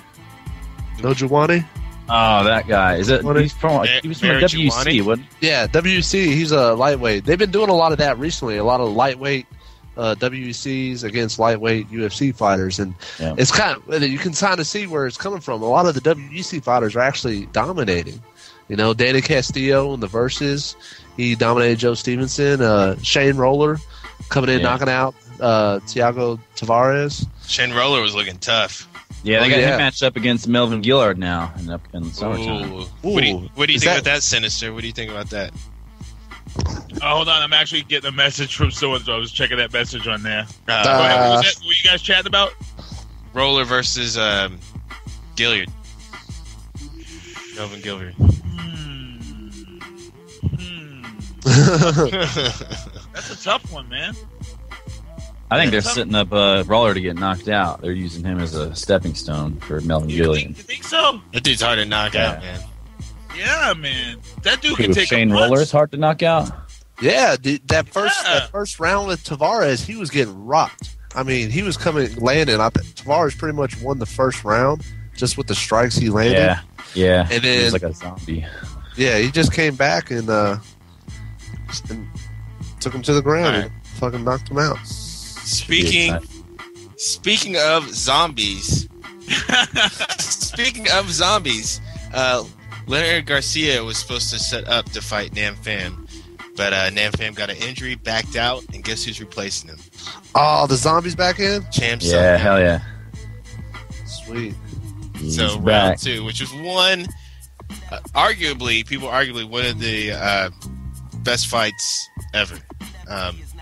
Garcia versus the Korean zombie Chan Sung Young. But some people think of it otherwise. They think it was just too much of a just punches, nothing technical. But man, I'm excited for this fight. And I thought that the Korean zombie won that first fight. So it's interesting to see what's going to happen in this next fight. Oh, yeah, I'm surprised they ain't done a rematch until now. I was like, wow. Well, it was the year of the rematches last year. You know, rematch. Yeah. I think even Pins I think there's a rematch for Pin and Fitch. Yeah, they just announced it. That's kind of a letdown. I thought I just heard that. Yeah, but the Korean zombie, he's training with Team Alpha Male now. So. Oh, really? Yes. Like those guys are money. Freaking lightweight guys. Super lightweight. Plus, you know that style training them. You know, it's going to be really good for him, bringing in a whole nother level to his game. I thought he was pretty good in that Garcia fight. You know, and this whole new skill competition. You got guys, WEC guys that, you know, it's a different style of fighting. A lot of them are wrestlers too, so he's going to get that training with it. Plus, WC guys, they're just more hungry. Like, they're not worried about getting cut, this, that. That's why I think their fights are more exciting, and that's why they finish more often. Because these UFC guys are that two losses and you get cut rule. That's why people start fighting too safe. The WC guys are like, fuck it, they just went out there and fight. Oh, a lot of that has to do with their small stature. You know, they got a little bit more energy. They're like a fucking wired. What do you call it? A wired ragamuffin. No ragamuffin in there. Yeah. Raga. No, and I think now the WC fighters coming over. I think they're trying to prove their worth. You know, they're going out there again, like Danny Castillo dominated Joe Stevenson. You know, it's going to be a good fight. Yeah, definitely, man. Definitely. It's going to be interesting watching the Penn versus Fitch fight. I mean, it sounded like BJ Penn was thinking about retiring, dude. Like, he sounded like he really was thinking about retiring his last fight. He got his ass beat the whole third round. When he lost in Boston, I felt he should have retired then. I thought it was coming then. I guess I have to eventually I'm gonna have to fall off the freaking BJ Penn bandwagon, but I just feel like he has so many weapons, but he just doesn't know how to put them together. Like he just doesn't know how to use them all. Nope. The thing is, he's just overhyped. He's old and he doesn't care anymore. He's made his money. He's ready to go back to fucking Hawaii. But he always had money. He comes from a super rich family. It was never Exactly. about money, dude. It was never about money. It's about the sport. It's about the fight. Yeah, You know? but it gets old after you get hit in the face a couple times. So he's Well, still. if you look at all the fights, he's been like pummeled in the face, and you see his face afterwards, it doesn't do any damage. It may leave a little red marks, but he's never had like a broken orbital bone. He never had a broken nose or anything that actually destroyed his facial features. You know, look at him. Yeah, but he still doesn't get hit in the face. He doesn't like to be hit in the face. No one likes to be hit in the face. Okay, and well, he got hit. he's gonna ride the gravy train for as long as it's gonna go. But he isn't fighting anymore. He's not fighting anymore. He's not fighting. What are you talking about? He got hit in the face the whole third round against John Fitch, and he signed up to do it again. So yeah, but he's not. So obviously, just what you said was wrong. Because if he doesn't like getting hit in the face, then why did he just sign up to fight the same guy that did it to him? He's the real zombie. He's about the sport. That's what he likes to do. The Hawaiian zombie. I think he's just caught in between like two weight classes because like what's his name, Frankie Edgar, too fast for him down at 155, so he can't stay at lightweight. I think, but if he tries, well, I mean, he's overmatched up in lightweight. I think he could have took Frankie Edgar if he. But you can't give him a third rematch though. It's like Rich Franklin can't stay at 185 because Anderson Silva destroyed him twice, so he has to go to another weight class. Well, no, he can stay at that weight, but he just he's got to go fight other people. Got to give this up for BJ Penn though. He's got a title. He's got belts in multiple weight classes. You know, the guy's a true legend. Oh hell yeah! And it was a pleasure to watch him fight for sure. Yeah. I'm saying if Frankie Edgar loses that title, then I mean I could see BJ Penn fighting for it against like Maynard or some shit. But as long as Edgar's got that title, he's not going to get another title shot at 155. I believe that's true. But honestly, I think if BJ stayed at 155 and if Edgar had the title and he was cleaning out the division and BJ was cleaning out the division as well, everyone he fought, he kept winning, it would eventually happen, What are you talking about? You're way too many ifs there. How about you just listen to the conversation?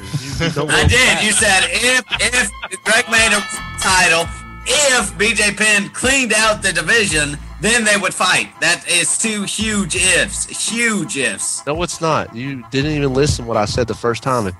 If Frankie Edgar was still beating everybody and had the belt, and BJ Penn kept beating everybody, eventually they'd fight again because he'd be the number one contender. Listen, so I don't have to say the things twice. Wow. But I like to hear your voice. A lot of beef. A lot of beef.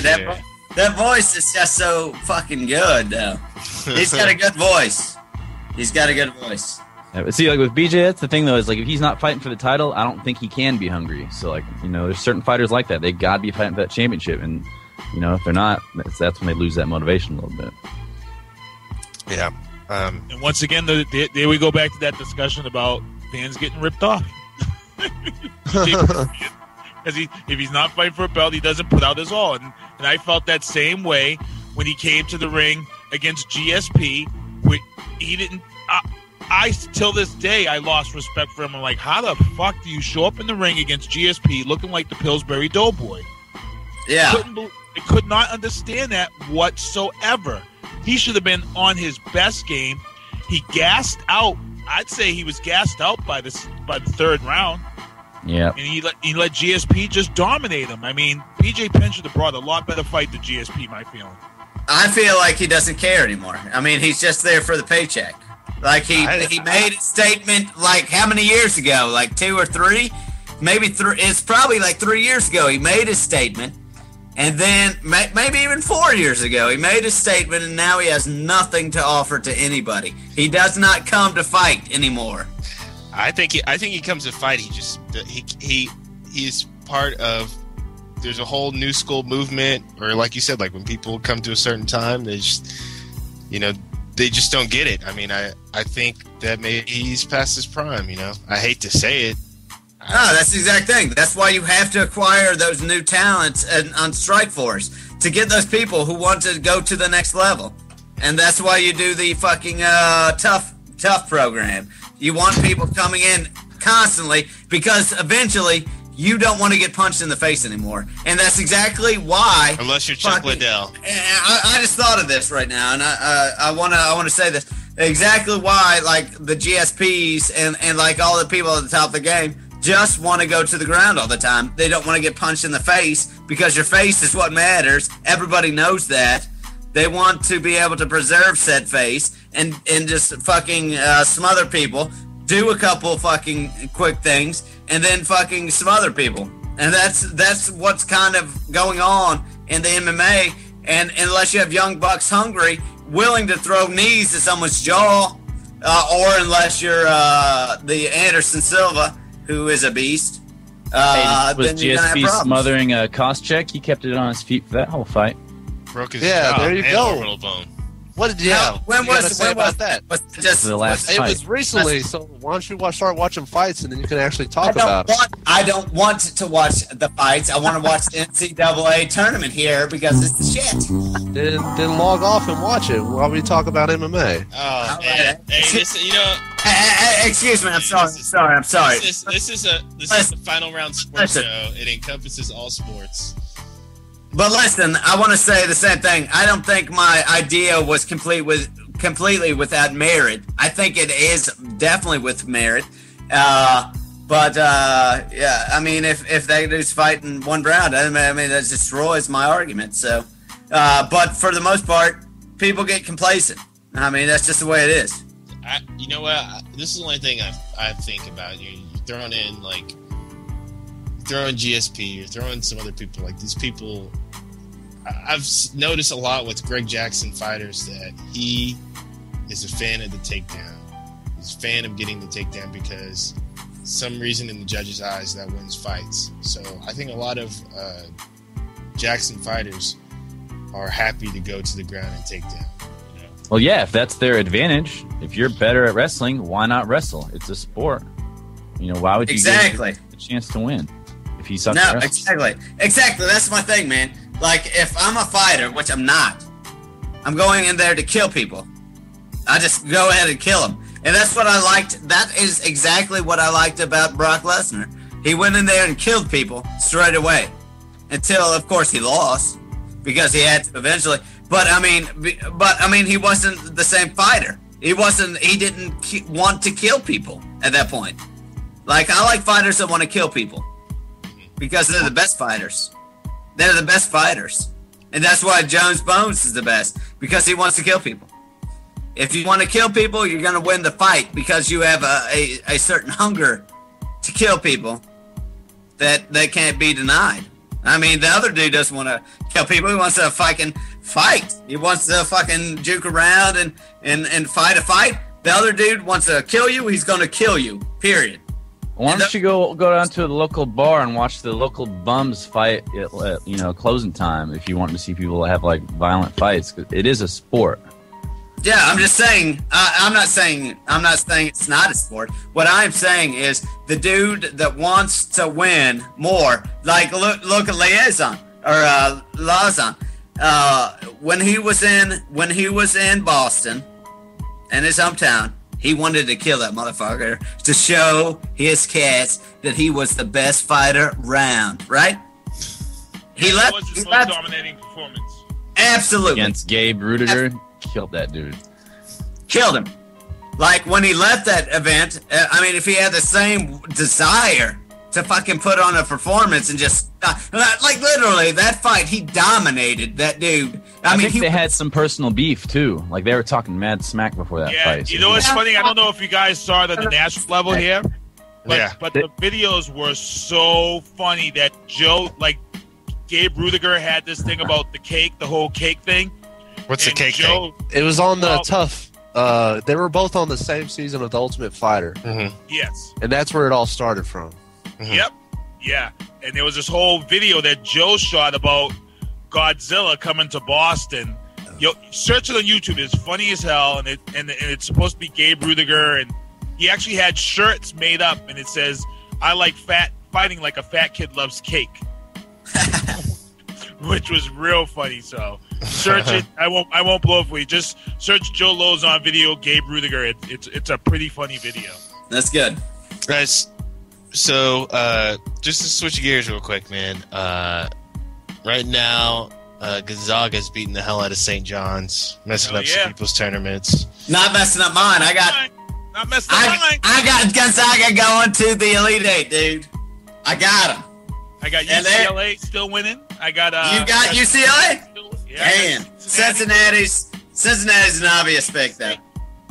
All of my teams are winning right now. Yes. Now I'm excited, dude.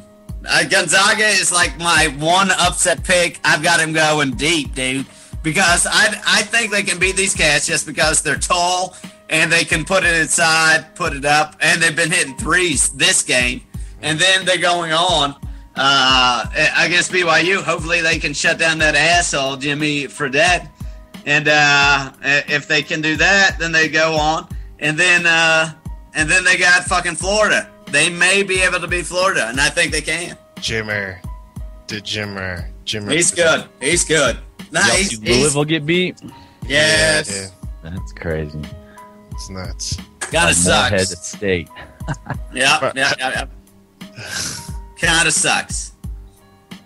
I went over to my buddy's house today. They're huge Louisville fans. I live in Louisville. And they were so upset. And they didn't like me because I'm a Louisville fan. It's fucking great. All right. A UK fan, rather. Said that Patino couldn't handle any more head. That's something I saw. Yeah. Oh, well. Hey, Keith, who do you have winning the entire tournament? Kansas.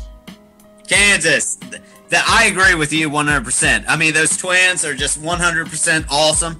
And I like to go to kenpom.com. I don't know if you're familiar with the website.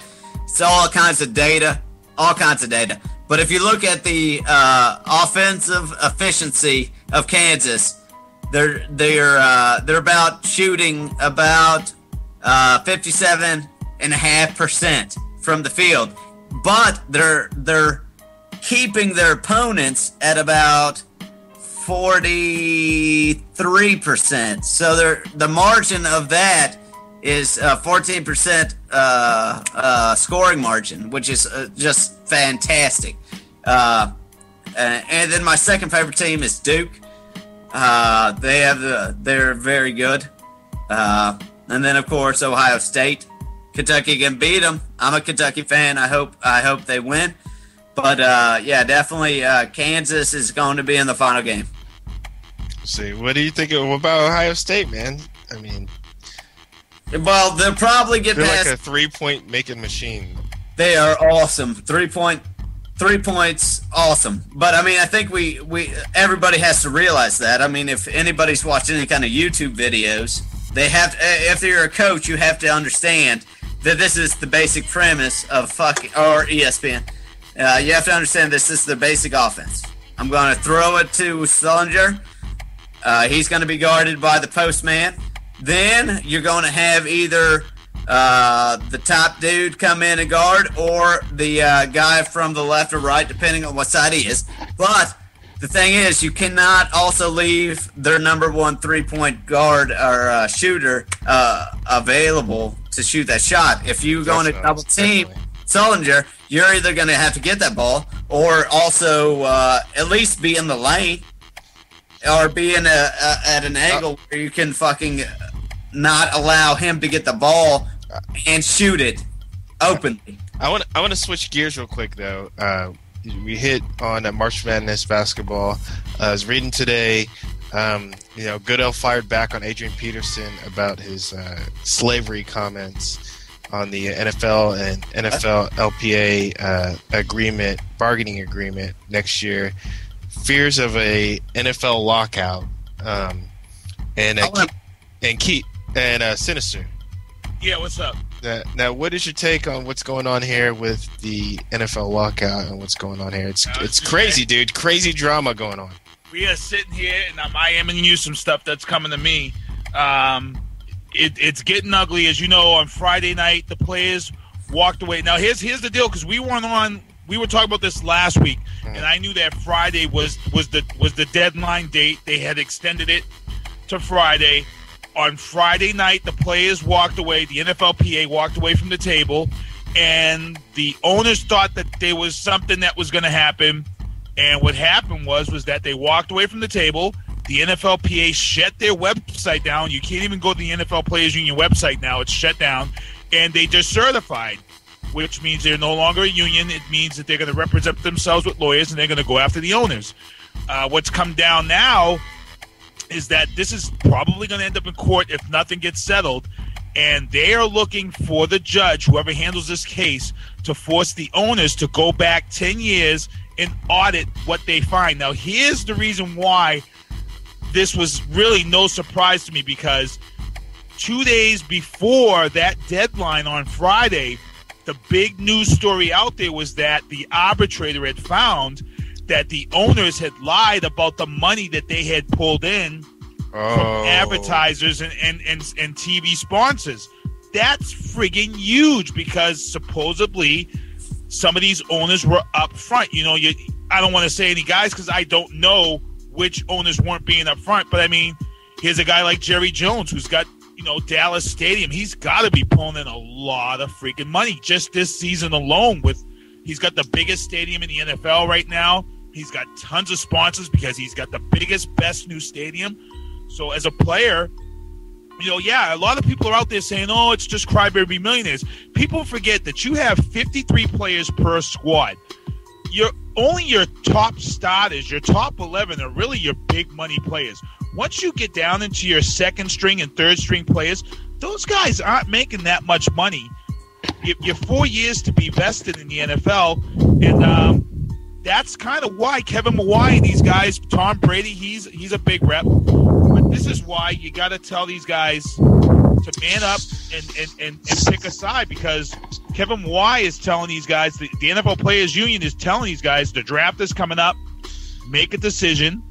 They want these guys to boycott the draft. So here's something scary, though, but you had the NFLPA dissolve is pretty much what you're saying. And a lot of people saying that hurts, your superstars get paid a ton of money, and then the other players get left behind with, less than stellar salaries. Well, what did they do? The union. Well, here's the deal, though. 2 years ago, this isn't new. For those who've been following this, and I've been following this for a while, for those who don't realize this shit started back in 2006. So they knew this was building. There were things that the NFL was doing that let them know that this was kind of coming. I remember 2 years ago, lockout was first mentioned 2 years ago, and they thought it was coming, and they had told your lower tier players, hey, stop spending money, save up, because they felt it was coming back then 2 years ago. They're asking guys now, these new guys, to boycott the draft. Now, here's the debate that some people are saying. How can you, making millions of dollars, tell a guy, which is supposed to be the biggest day of his life, getting drafted, how do you tell this guy, don't go to the draft? It's a once-in-a-lifetime thing. Kevin Mawae says it best. Kevin Mawae comes out and he says, just remember, you're a man, you make your own decision. You can choose to go to that draft. We're not going to hold it against you. But he says it best. He says, when you go there, the man that shakes your hand, remember, is the guy that's going to lock you out come November when it's time to play. September when it's time to play. And that's true. The guy that you're going to go up there and shake hands with in April, yeah, you're going to be signed to a team. Yeah, they're going to put the number 1 on the jersey. But come September, you're going to be freaking sitting at home doing nothing because there's going to be no football. You're still going to be guaranteed that money. But the thing is, in my opinion, like, these cats are making shit tons of money. I agree with you. Got to look at the audited statements. Players are the owners. I can tell you right now. The owners. The worst thing that could have ever happened for the owners is that they have to open their books up because they're going to go back 10 years. They've already proven that they've been shady about the numbers. And the NFL has probably been the most profitable sport out there right now since baseball never bounced back. No doubt. Dude, it's a $1 billion industry. Like I said, Foxborough here, if they don't play football, Foxborough is a small town. They're going to lose $1.2 million. That is a shitload of money to the town of Foxborough. Huge. That's not talking your big network area where they're in the cities, you know? I mean, you think about like all the workers, like the people that supply the stadium, the people that depend on that money in the community, you know, the people that are part of that economy. I mean, that's a huge hit.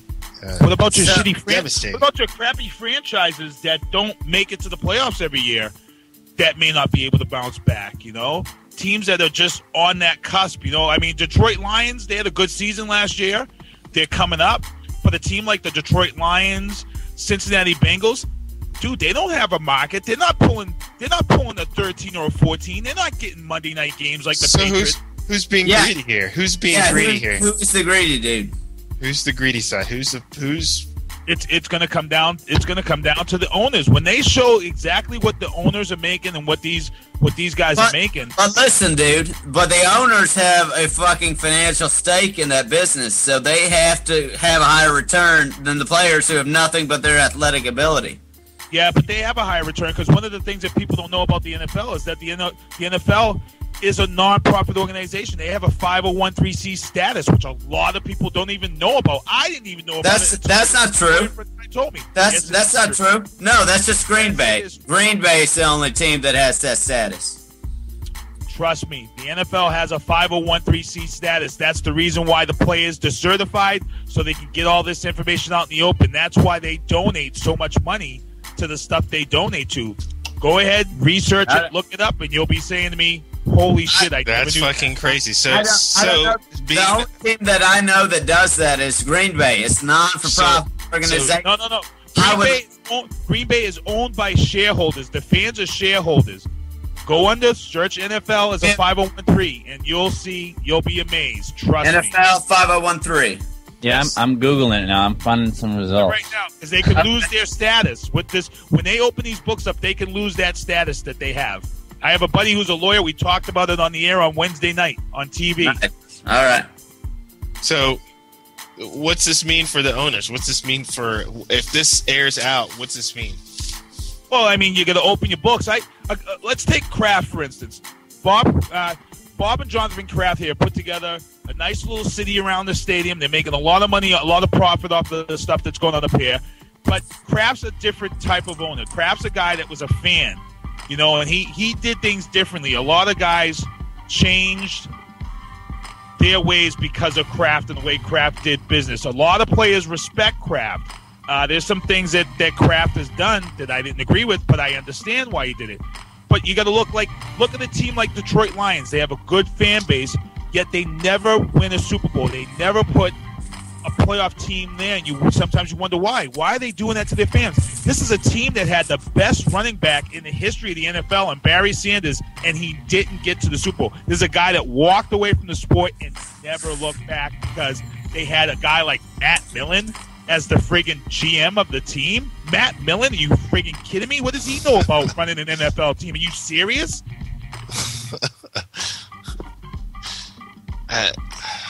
It's sad. It's sad that they're going to be locked out. Will the fans come back? I think the fans will be back because right now NFL is at a pinnacle. It's not like baseball. You only have 16 weeks. It's a short season. Will there be things for people to do? Yeah, I think. You know what I think? I think the UFL is who is going to prosper from this if they go into a lockout for a full season. I'm a season ticket holder up here. I already got my letter from the Patriots that if the season doesn't happen, it's a full refund of your money, and by law, the teams have to give you 1% of your money back because they're holding your money in interest. And how old is the UFL? The UFL is really pretty young. In their third year. They're in their third year. Yes. Did they put themselves in the position to take advantage of this situation? Yeah. And here's the funny thing. Every time I go on my Madden to play on Xbox, I get nervous because there's been these downloads for the roster updates, and you have to remember too that whole NFL agreement and stuff. There could be a day that we may log on to play our Madden game, and your rosters won't be updated or locked up because realistically, your players. We got a caller in the line. Rod. Gerard. J-Rod. J-Rod, what up? Fellas? What up, man? What's going on, dude? I don't know, man. With Moorhead, they knocked up whatchamacallit, man. Knocked up Louisville, messed up my fucked bracket. up your event level bracket, man. We had an event level competition go on, and they fucked up my bracket too, man. They messed me up big time. So Sinister's over there looking pretty. Ragamuffin's looking pretty good. But we'll see what's up, man. Still a lot more tournament to go.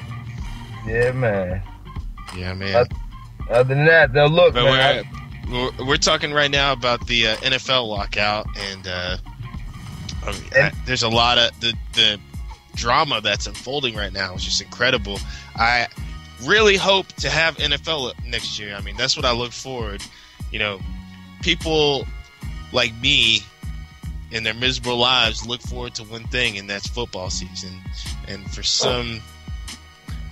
Hey, can I hop in here? Yeah, jump in there, dude. Jump in there, I'm doing this little reading here. I've been listening to Keith and reading about this nonprofit thing. But how about the commissioner himself making like a salary of $10 million a year? It's huge money, dude. Yeah, That's I know huge- he's got to be a that's huge smart money. guy. That's- But they could get any decent businessman to run the NFL because it runs itself pretty much. Fans will But tune here's- in no matter here's what. Here's where I don't think people really understand how ugly that this can get. You start having owners open up their books.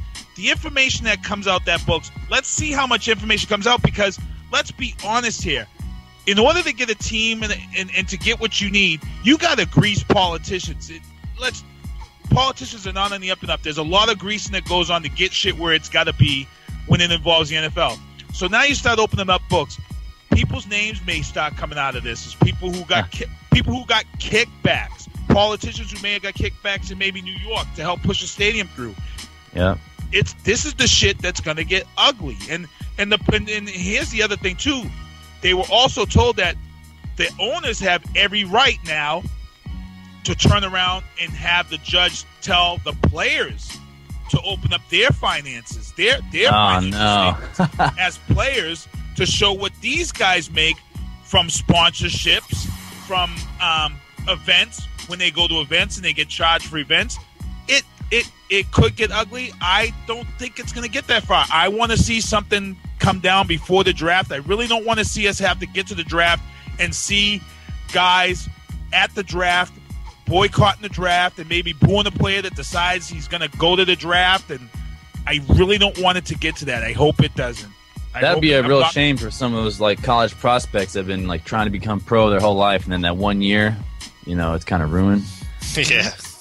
Hey man, all I know is I can say like I was just with Mike Adams, who plays for the Browns, and we were eating at Olive Garden, and the waiter came up and recognized him, whatever. Then he was like playing around. He said, "Are you gonna go play arena ball?" And he was like, "Wait." And a lot of contracts, people don't realize it.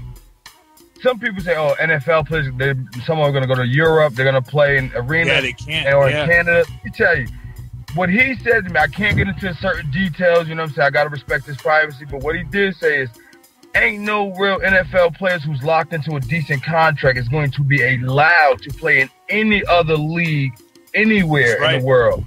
You know what I'm saying? Because they are still under contract no matter what. The ones that will be affected and hurt are definitely the free agents. Your free agents.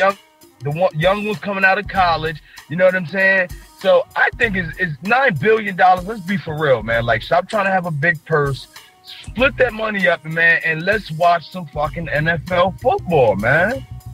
Yeah, but you know what? The players are kind of right, though. $9 billion is a little bit of money to what they're making, but I understand the players. They want that health coverage. They want that health coverage, and to be honest, I've seen the players, man. Terrell Davis was a hell of a running back.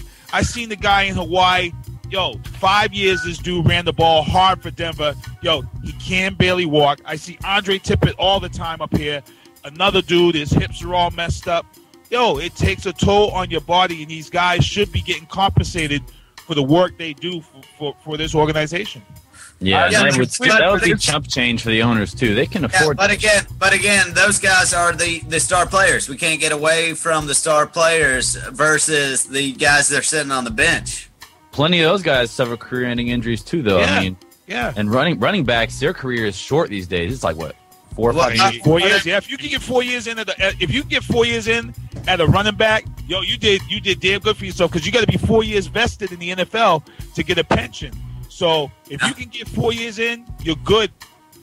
You bring up an interesting point, man. I think, but at the same time, you're looking at the it's not about the main dudes that actually are. Well, I agree with what you're saying as far as the cats that are actually taking over the workload, but and actually getting injured. But we're talking about the bench players. I think it's more of the issue. Is that not correct? Well, no. The other issue is you got guys that are coming in that haven't proven themselves, and they're getting big money, like a guy like Jamarcus Russell. But here's the other thing, too. People don't realize a guy can come in and get that big contract, that big signing bonus, but realistically, the signing bonus is really the only really true money that the players really make. That contracted money, when you hear a player getting so much money over so many years, a lot of those players never get that money. The real money they get is their signing bonus money. Here's my question, Keith. Here's my question. Here's my question. How much money are you going to make in the next 10 years? Who, me? Yes. Nothing compared to what these guys. Yes, but you're not taking the damage, of course. But those people who are taking the damage should be. Look, I'm sorry. I don't think. I honestly don't think football players should get paid $10 an hour or $20 an hour. They need to cut of that pie that these owners are drawing in on all this other stuff. Now, should I say it's like a big majority of it? No, maybe it's a third of it, or maybe they actually said. They actually asked for 50% of that pie. They wanted 50-50 cut. My feeling is you're not partners. You're not partners in this relationship. You're employees. You're contracted to work. There's no way that they deserve 50-50. 60-40 maybe. I think they could swallow that, but yeah, they definitely should get money, but the thing is, they're only bringing their athletic ability. They're not putting any money down. Their athletic ability is putting asses in the seats in the stands. That's what people pay to watch. I agree. But listen, without those athletic ability, nobody in a free market society, you could clearly watch lesser athletes do the same thing for less. That's why the XFL failed. Not football. Not football. NFL's a fucking totally different league, and you know that. Every time you sit down, you fill out your fantasy bracket, you're looking for those phenoms to bust out and put. Yes, they need to be getting paid. They get paid. They need a piece of the. No, pay. they don't. No, they don't get paid. They get paid, but you know what though? It's also a sport where you can get played for being one of the best players. I'll give you a damn good example, and I'm sure Gerard will hear these. He knows these stories. He knows a few players. All right, here's a great example. All right, I hung around and saw Ty Law hang around here. I ran into Ty Law at a few places a few times, and to be honest, the Patriots kind of did him wrong. But you know what? His agent fucked up. And here's the deal. Here's a guy like Ty Law. He comes around. It comes around time for signing. The team says, hey, you know something? We can't afford to pay you. We really don't want to franchise you. How about we pay you on the third year of your contract? We'll give you the big money then. And Ty Law's a good guy. He says, you know what? Yeah, let me play my ass off. Yeah, you guys can pay me on the back end of my contract. All right, the back end time of his contract comes around, and you know what the team says to him? He comes in with his agent, and then they tell him, well, let's look at your stats this year. Oh, you know what? Your interceptions went down. Your numbers dropped off. Well, yeah, why did his numbers drop off? Because he was the best fucking quarterback in the NFL, and no one threw to his side of the field. He went a whole playoff game where they threw to the opposite side of the field the whole game. Now you're going to count that as me not performing? Come on now. Give me a break. That's the type of shit that goes on in the NFL, and people don't realize that. And then they try to force him to restructure so he don't have to get paid any of that money in the third year. Bingo. And I'll tell you right now, here's the little thing that the Patriots do, and I love the Patriots. It's a business. Here's another great example. Asante Samuel. His best year ever, right? What do? They wait, and then they let I'm trying to think, the dude from Buffalo, he gets signed for $10.1 million. he only had 6 interceptions for the year. Asante Samuel had 10. Per rules, you have to sign that player for what he's worth.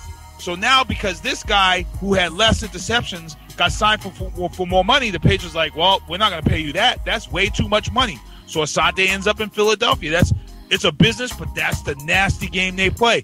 That's why I tell people all they get is that signing bonus money. Here we go with the. I'm gonna go ahead and say crybaby. I'm gonna go ahead and say the crybaby thing. What the guy got 10 million? I got 6 million. Fuck. Get out of here. But you got to get paid your value. You can't. Come on now. Say you're at work. $6 million. Okay. Yeah, but say you're at work. Okay. Now you find out. Say you load trucks for a living. All right. Now the guy who loads 3 trucks a day is getting $20 an hour. Now you going for your raise, and they say, "Oh, we can't pay you," and you load 10 trucks a day. You think that's fair? Yes, I think that's absolutely fair. No. So absolutely. Are you fucking kidding me? You're in the NFL, what you get paid? Oh man, for the people. You're fired, dude. You're fired. Come on, Ragamuffin. Fired. Simmer down there, Ragamuffin. Simmer down, dude. Come on, dude. Like, you got to think. You. Come on, dude. I think you're arguing. Look, come on, dude. You're pulling in money for this company. You need to get paid for your worth, dude. He's not bringing in shit for this company.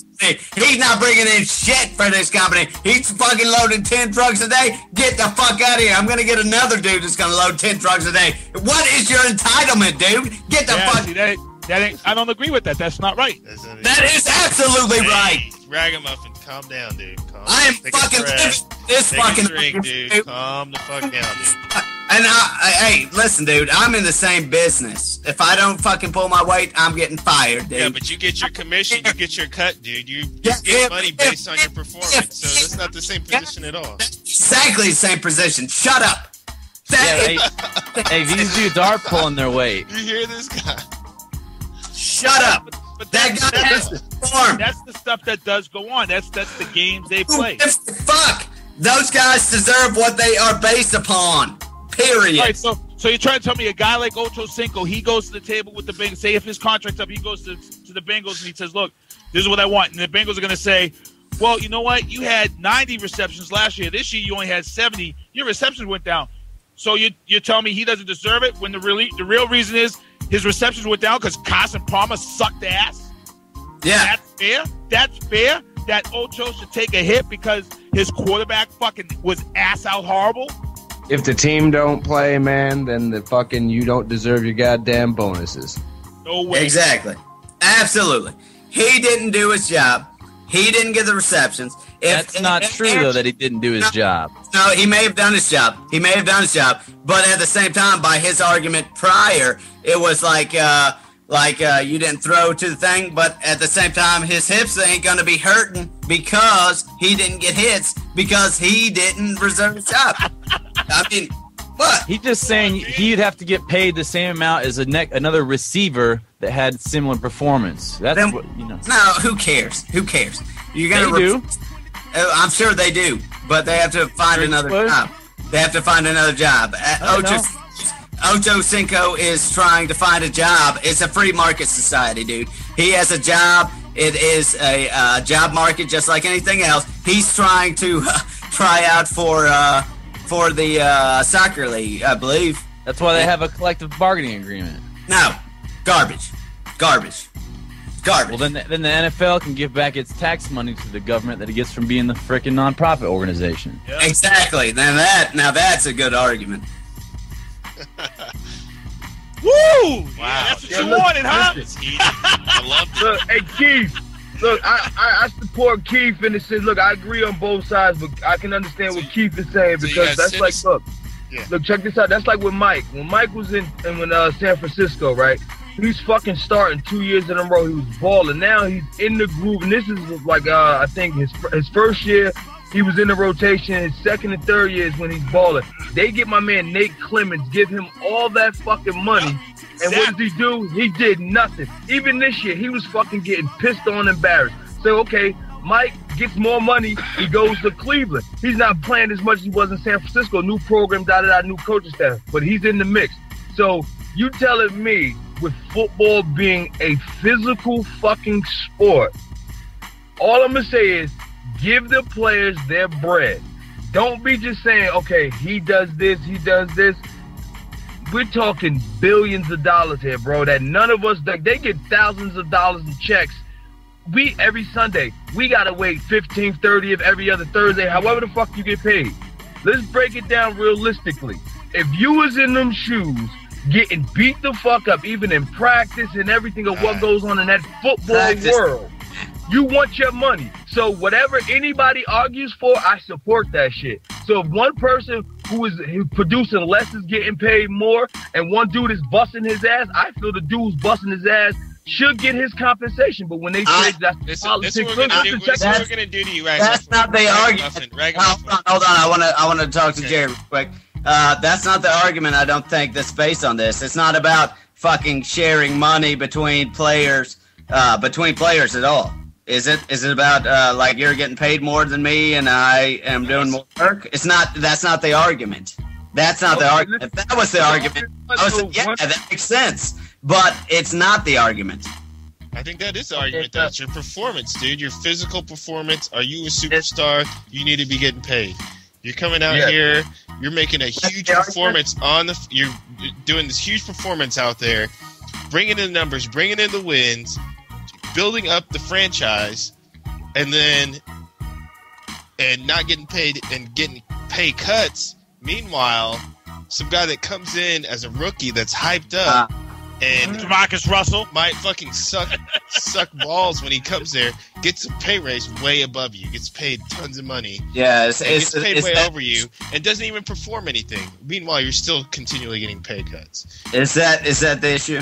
I didn't know what the issue was. Is that the issue?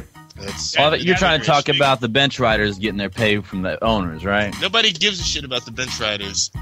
Well, that is what I thought the whole thing between the players and owners was all about. Exactly what the argument was. It's not about like people like obviously that awesome dude that was in Arizona and then went to Baltimore. He was awesome. It wasn't Fitzgerald, no, the other dude. What, Larry Fitzgerald? Who left? Bolden. He went to Baltimore. He was the shit. He deserved a better pay raise, and who offered it to him? A different team. And then we are talking about people that do not really play that much, I think is what we're talking about. I'm not up on the situation as much. Okay, I think that then the players who sit on the bench, because what do? They got to get the starters ready in camp. You got practice squad players that names that never... I've seen practices. It's bullshit. All right, I'm gonna put Ragamuffin in some pads, dude. I'm gonna put Ragamuffin in some pads and take him to a practice. It's bullshit, dude. I watched the Bengals practice, and they were using trash cans, and then they barely stepped up, dude. I mean, it's not legitimate. It's really? A very. Because I'll tell you right now, I was at Bryant University. That's where the Patriots held their camp when Coach Bill Parcells was here. And I'll tell you right now, if you came up here and saw Coach Bill Parcells hold down his two-a-days, you'd have been like, oh, shit. Yeah. It depends who your coach is, son. It depends who your coach is. Yeah, exactly. Probably why the Bengals were shitty. That's the reason why the Bengals have not seen the playoffs in a long fucking time. Valid argument. It's like a vacation. It's like day spa over there. And you know what? You know what's funny too that aggravates me too about this whole the union thing too. Like, I was aggravated with the whole Brett Favre thing because I thought Brett Favre was one of the ones who really exploited the unfairness of how players are treated in the NFL. 2 years in a row, Brett Favre came into this league. He fucking pulled his dick and talked about, oh, I'm retired. And this is a dude that said, he come out and said 3 years ago, I hate training camp. I despise training camp. And what he did was he played this game every year, milking teams out on this whole, I might sign with you. And then he would sign with teams after training camp is over. Then you show up in Minnesota, take the starting quarterback position. You take running time from Adrian Peterson, who showed up to his two-a-days. That shit's fucked up, man. I don't agree with it. I agree with you, Keith. And I lost all respect for Brett Favre, and I'm surprised the union didn't put their foot in his ass a long time ago myself. Union, that's not the union's business, though.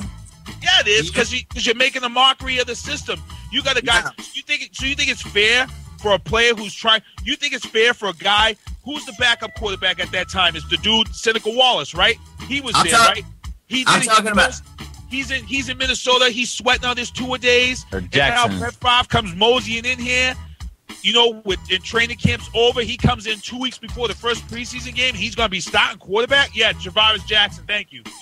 Yeah, I'm talking. No, we're talking about the union versus fucking Brett Favre.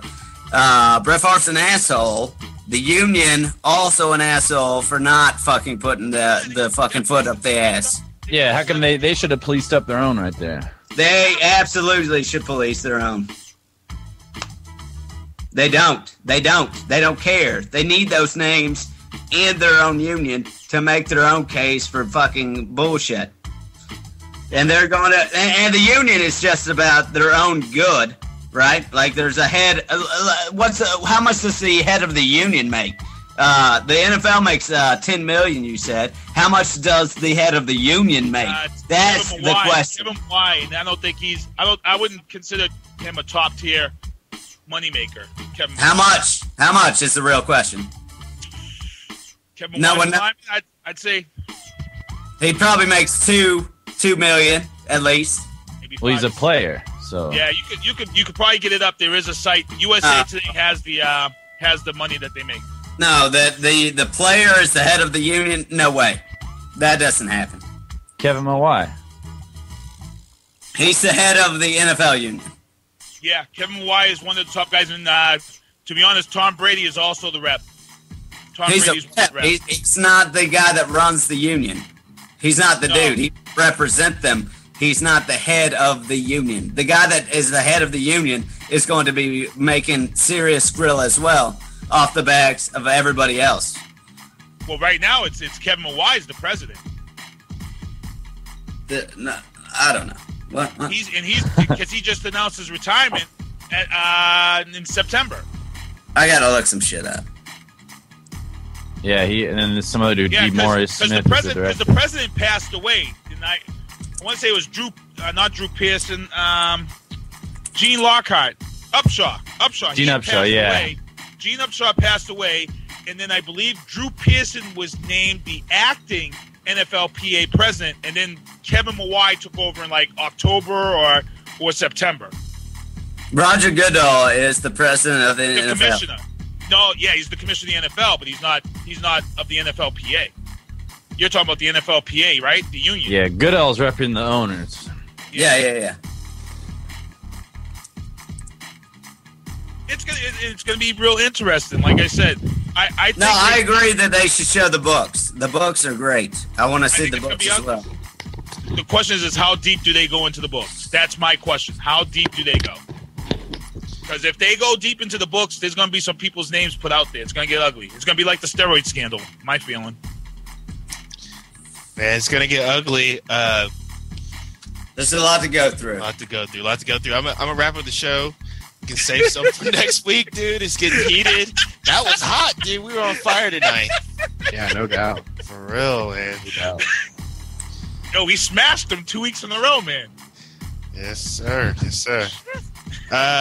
But gonna head out of here. I want to get everybody to do their shout outs. And what's up, Blaze One? You got some shout outs? Man, I think I shout out the same people every time, but shout out to my boys, Cunning Linguist from Lexington, Kentucky. A new album just came out, Ownerology, and you can stream it for free on their Bandcamp. So check that shit out. Awesome. Rico. Yo. Shout outs, dude. Yeah, I want to give it up to everybody out there at the event level and Indie Republic Entertainment, man. We definitely got our stuff going. So keep tuning into the entire network, man, because there's more and more shows coming y'all's way. Definitely, man. Out there in the Hatchet Radio chat. Thanks for tuning in. Yep, Rico's got some serious stuff lined up. Shouts out to you, Rico, and Leffy, and Hatchet Radio crew for sure. Ragamuffin. Yes, I would like to give a shout out to my NCAA bracket. It is going to dominate, fools. I'm really excited about it. I'm going to win like $800. I'm going to win $800 at work. It's amazing because my bracket is so strong. I've got Gonzaga going to the Elite Eight. They're about to dominate. Dominating St. John's right now. John's, 12 points lead. Keep it up, fellas. That's all I got.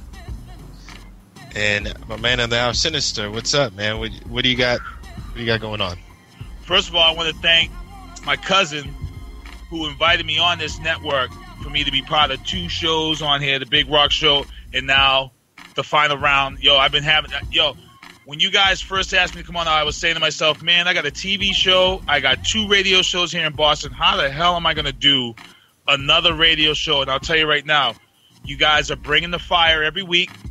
And I love the fact that I can bring some nice guests for you like John Doomsday Howard, Tisha Rodricks, Pete Zimbor, and I'm going to keep working hard for you guys and keep bringing this in because you guys got something really, really good. I got some people really special.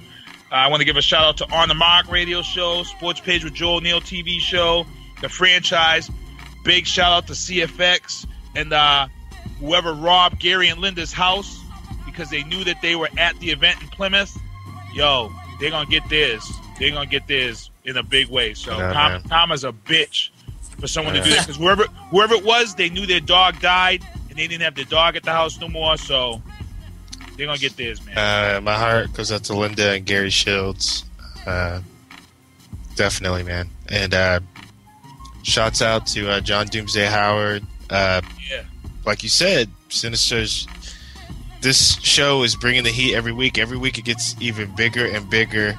And, you're right here. You got a front row seat to it all going down right here on the event level. Be sure to check out the podcast. Follow me on @MasterWills on Twitter. Go to eventlevel.com, sign up. Go to the eventlevel.com Facebook fan page to join up, and then you will get all the updates about what's going on, what fighters we're interviewing, what athletes we're interviewing at the time. It's all huge, all monumental. Check out our fight picks. You want some in-depth MMA knowledge, behind-the-scenes knowledge, you got it right here on this panel, man. And here's a little secret I'm going to let out for you guys. Week 2 of the upcoming season of Tough is a good friend of mine who went to Nevada, locking them down. He's going to be on the 2nd episode of Tough for teaser. He's a good guy. He's a funny-ass dude, and he went out there to try out, and I'm not going to say anything else. He's from Boston. Everybody's from Boston. Hey, you know what? You know what, too? When you got these reality shows, you got to have somebody from Boston. You know why? Because Boston on these reality shows consistently pulls in the ratings. So that's why when you watch these reality shows, there's always someone from Boston. Yes. They pull the numbers, man. We watch too much TV up here. That's the problem. I think it's because you don't like to drink. Boston represent. I'm going to go ahead and wrap up the show now. Thanks to all you listeners. Thanks to everybody that tuned in. Man, I love you. Keep it going. Keep up the support. Come to eventlevel.com.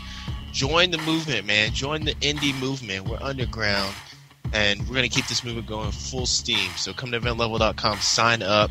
Right now I'm going to go out with Hard As They Come featuring Freddie Gibbs and Wonderology by Cunning Linguist.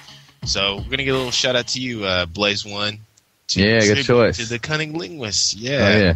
Hell yeah. So till next time, till next Wednesday, till the main event, stay tuned, keep the bass going. Master Wills. One love. EventLevel.com. Peace. Join EventLevel.com and together we can rule the galaxy.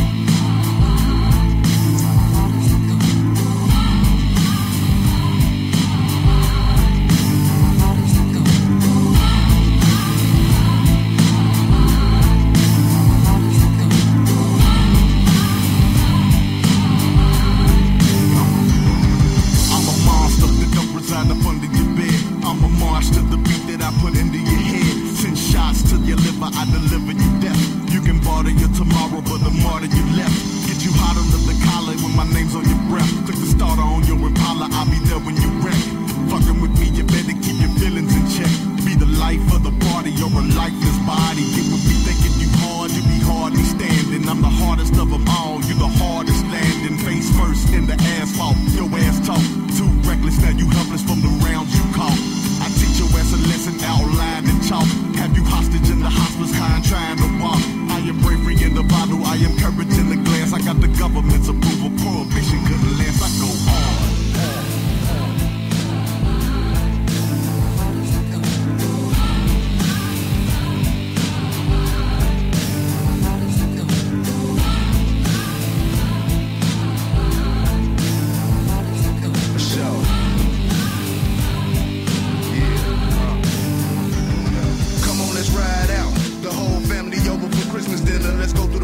Sell the gifts from your mom's house. They know you out here doing dirt for cash. Plus you the one unemployed, a couple of dollars ain't gon' hurt their ass. I'm the only friend you got. You tried to sell me, but you took a hit and eventually you just couldn't stop. A couple of sniffs to get you lit, but couldn't get you to the top. Or what an event when you got hip to cooking me into the rocks. I had you blocked. You know it costs to come and see me. So fuck your groceries, fuck your bills, man, go on and pawn that TV. And fuck your life, just catch this beam and take it straight to the dome. And fuck your kids to stay to separate them and place them in homes. It's gonna be cool. I know I got you crazy subdued. Ever since the 80s, played your whole community for a fool. And the ones that sold me smoke each other over new tennis shoes. They feel niggas. I'm the definition of death, the real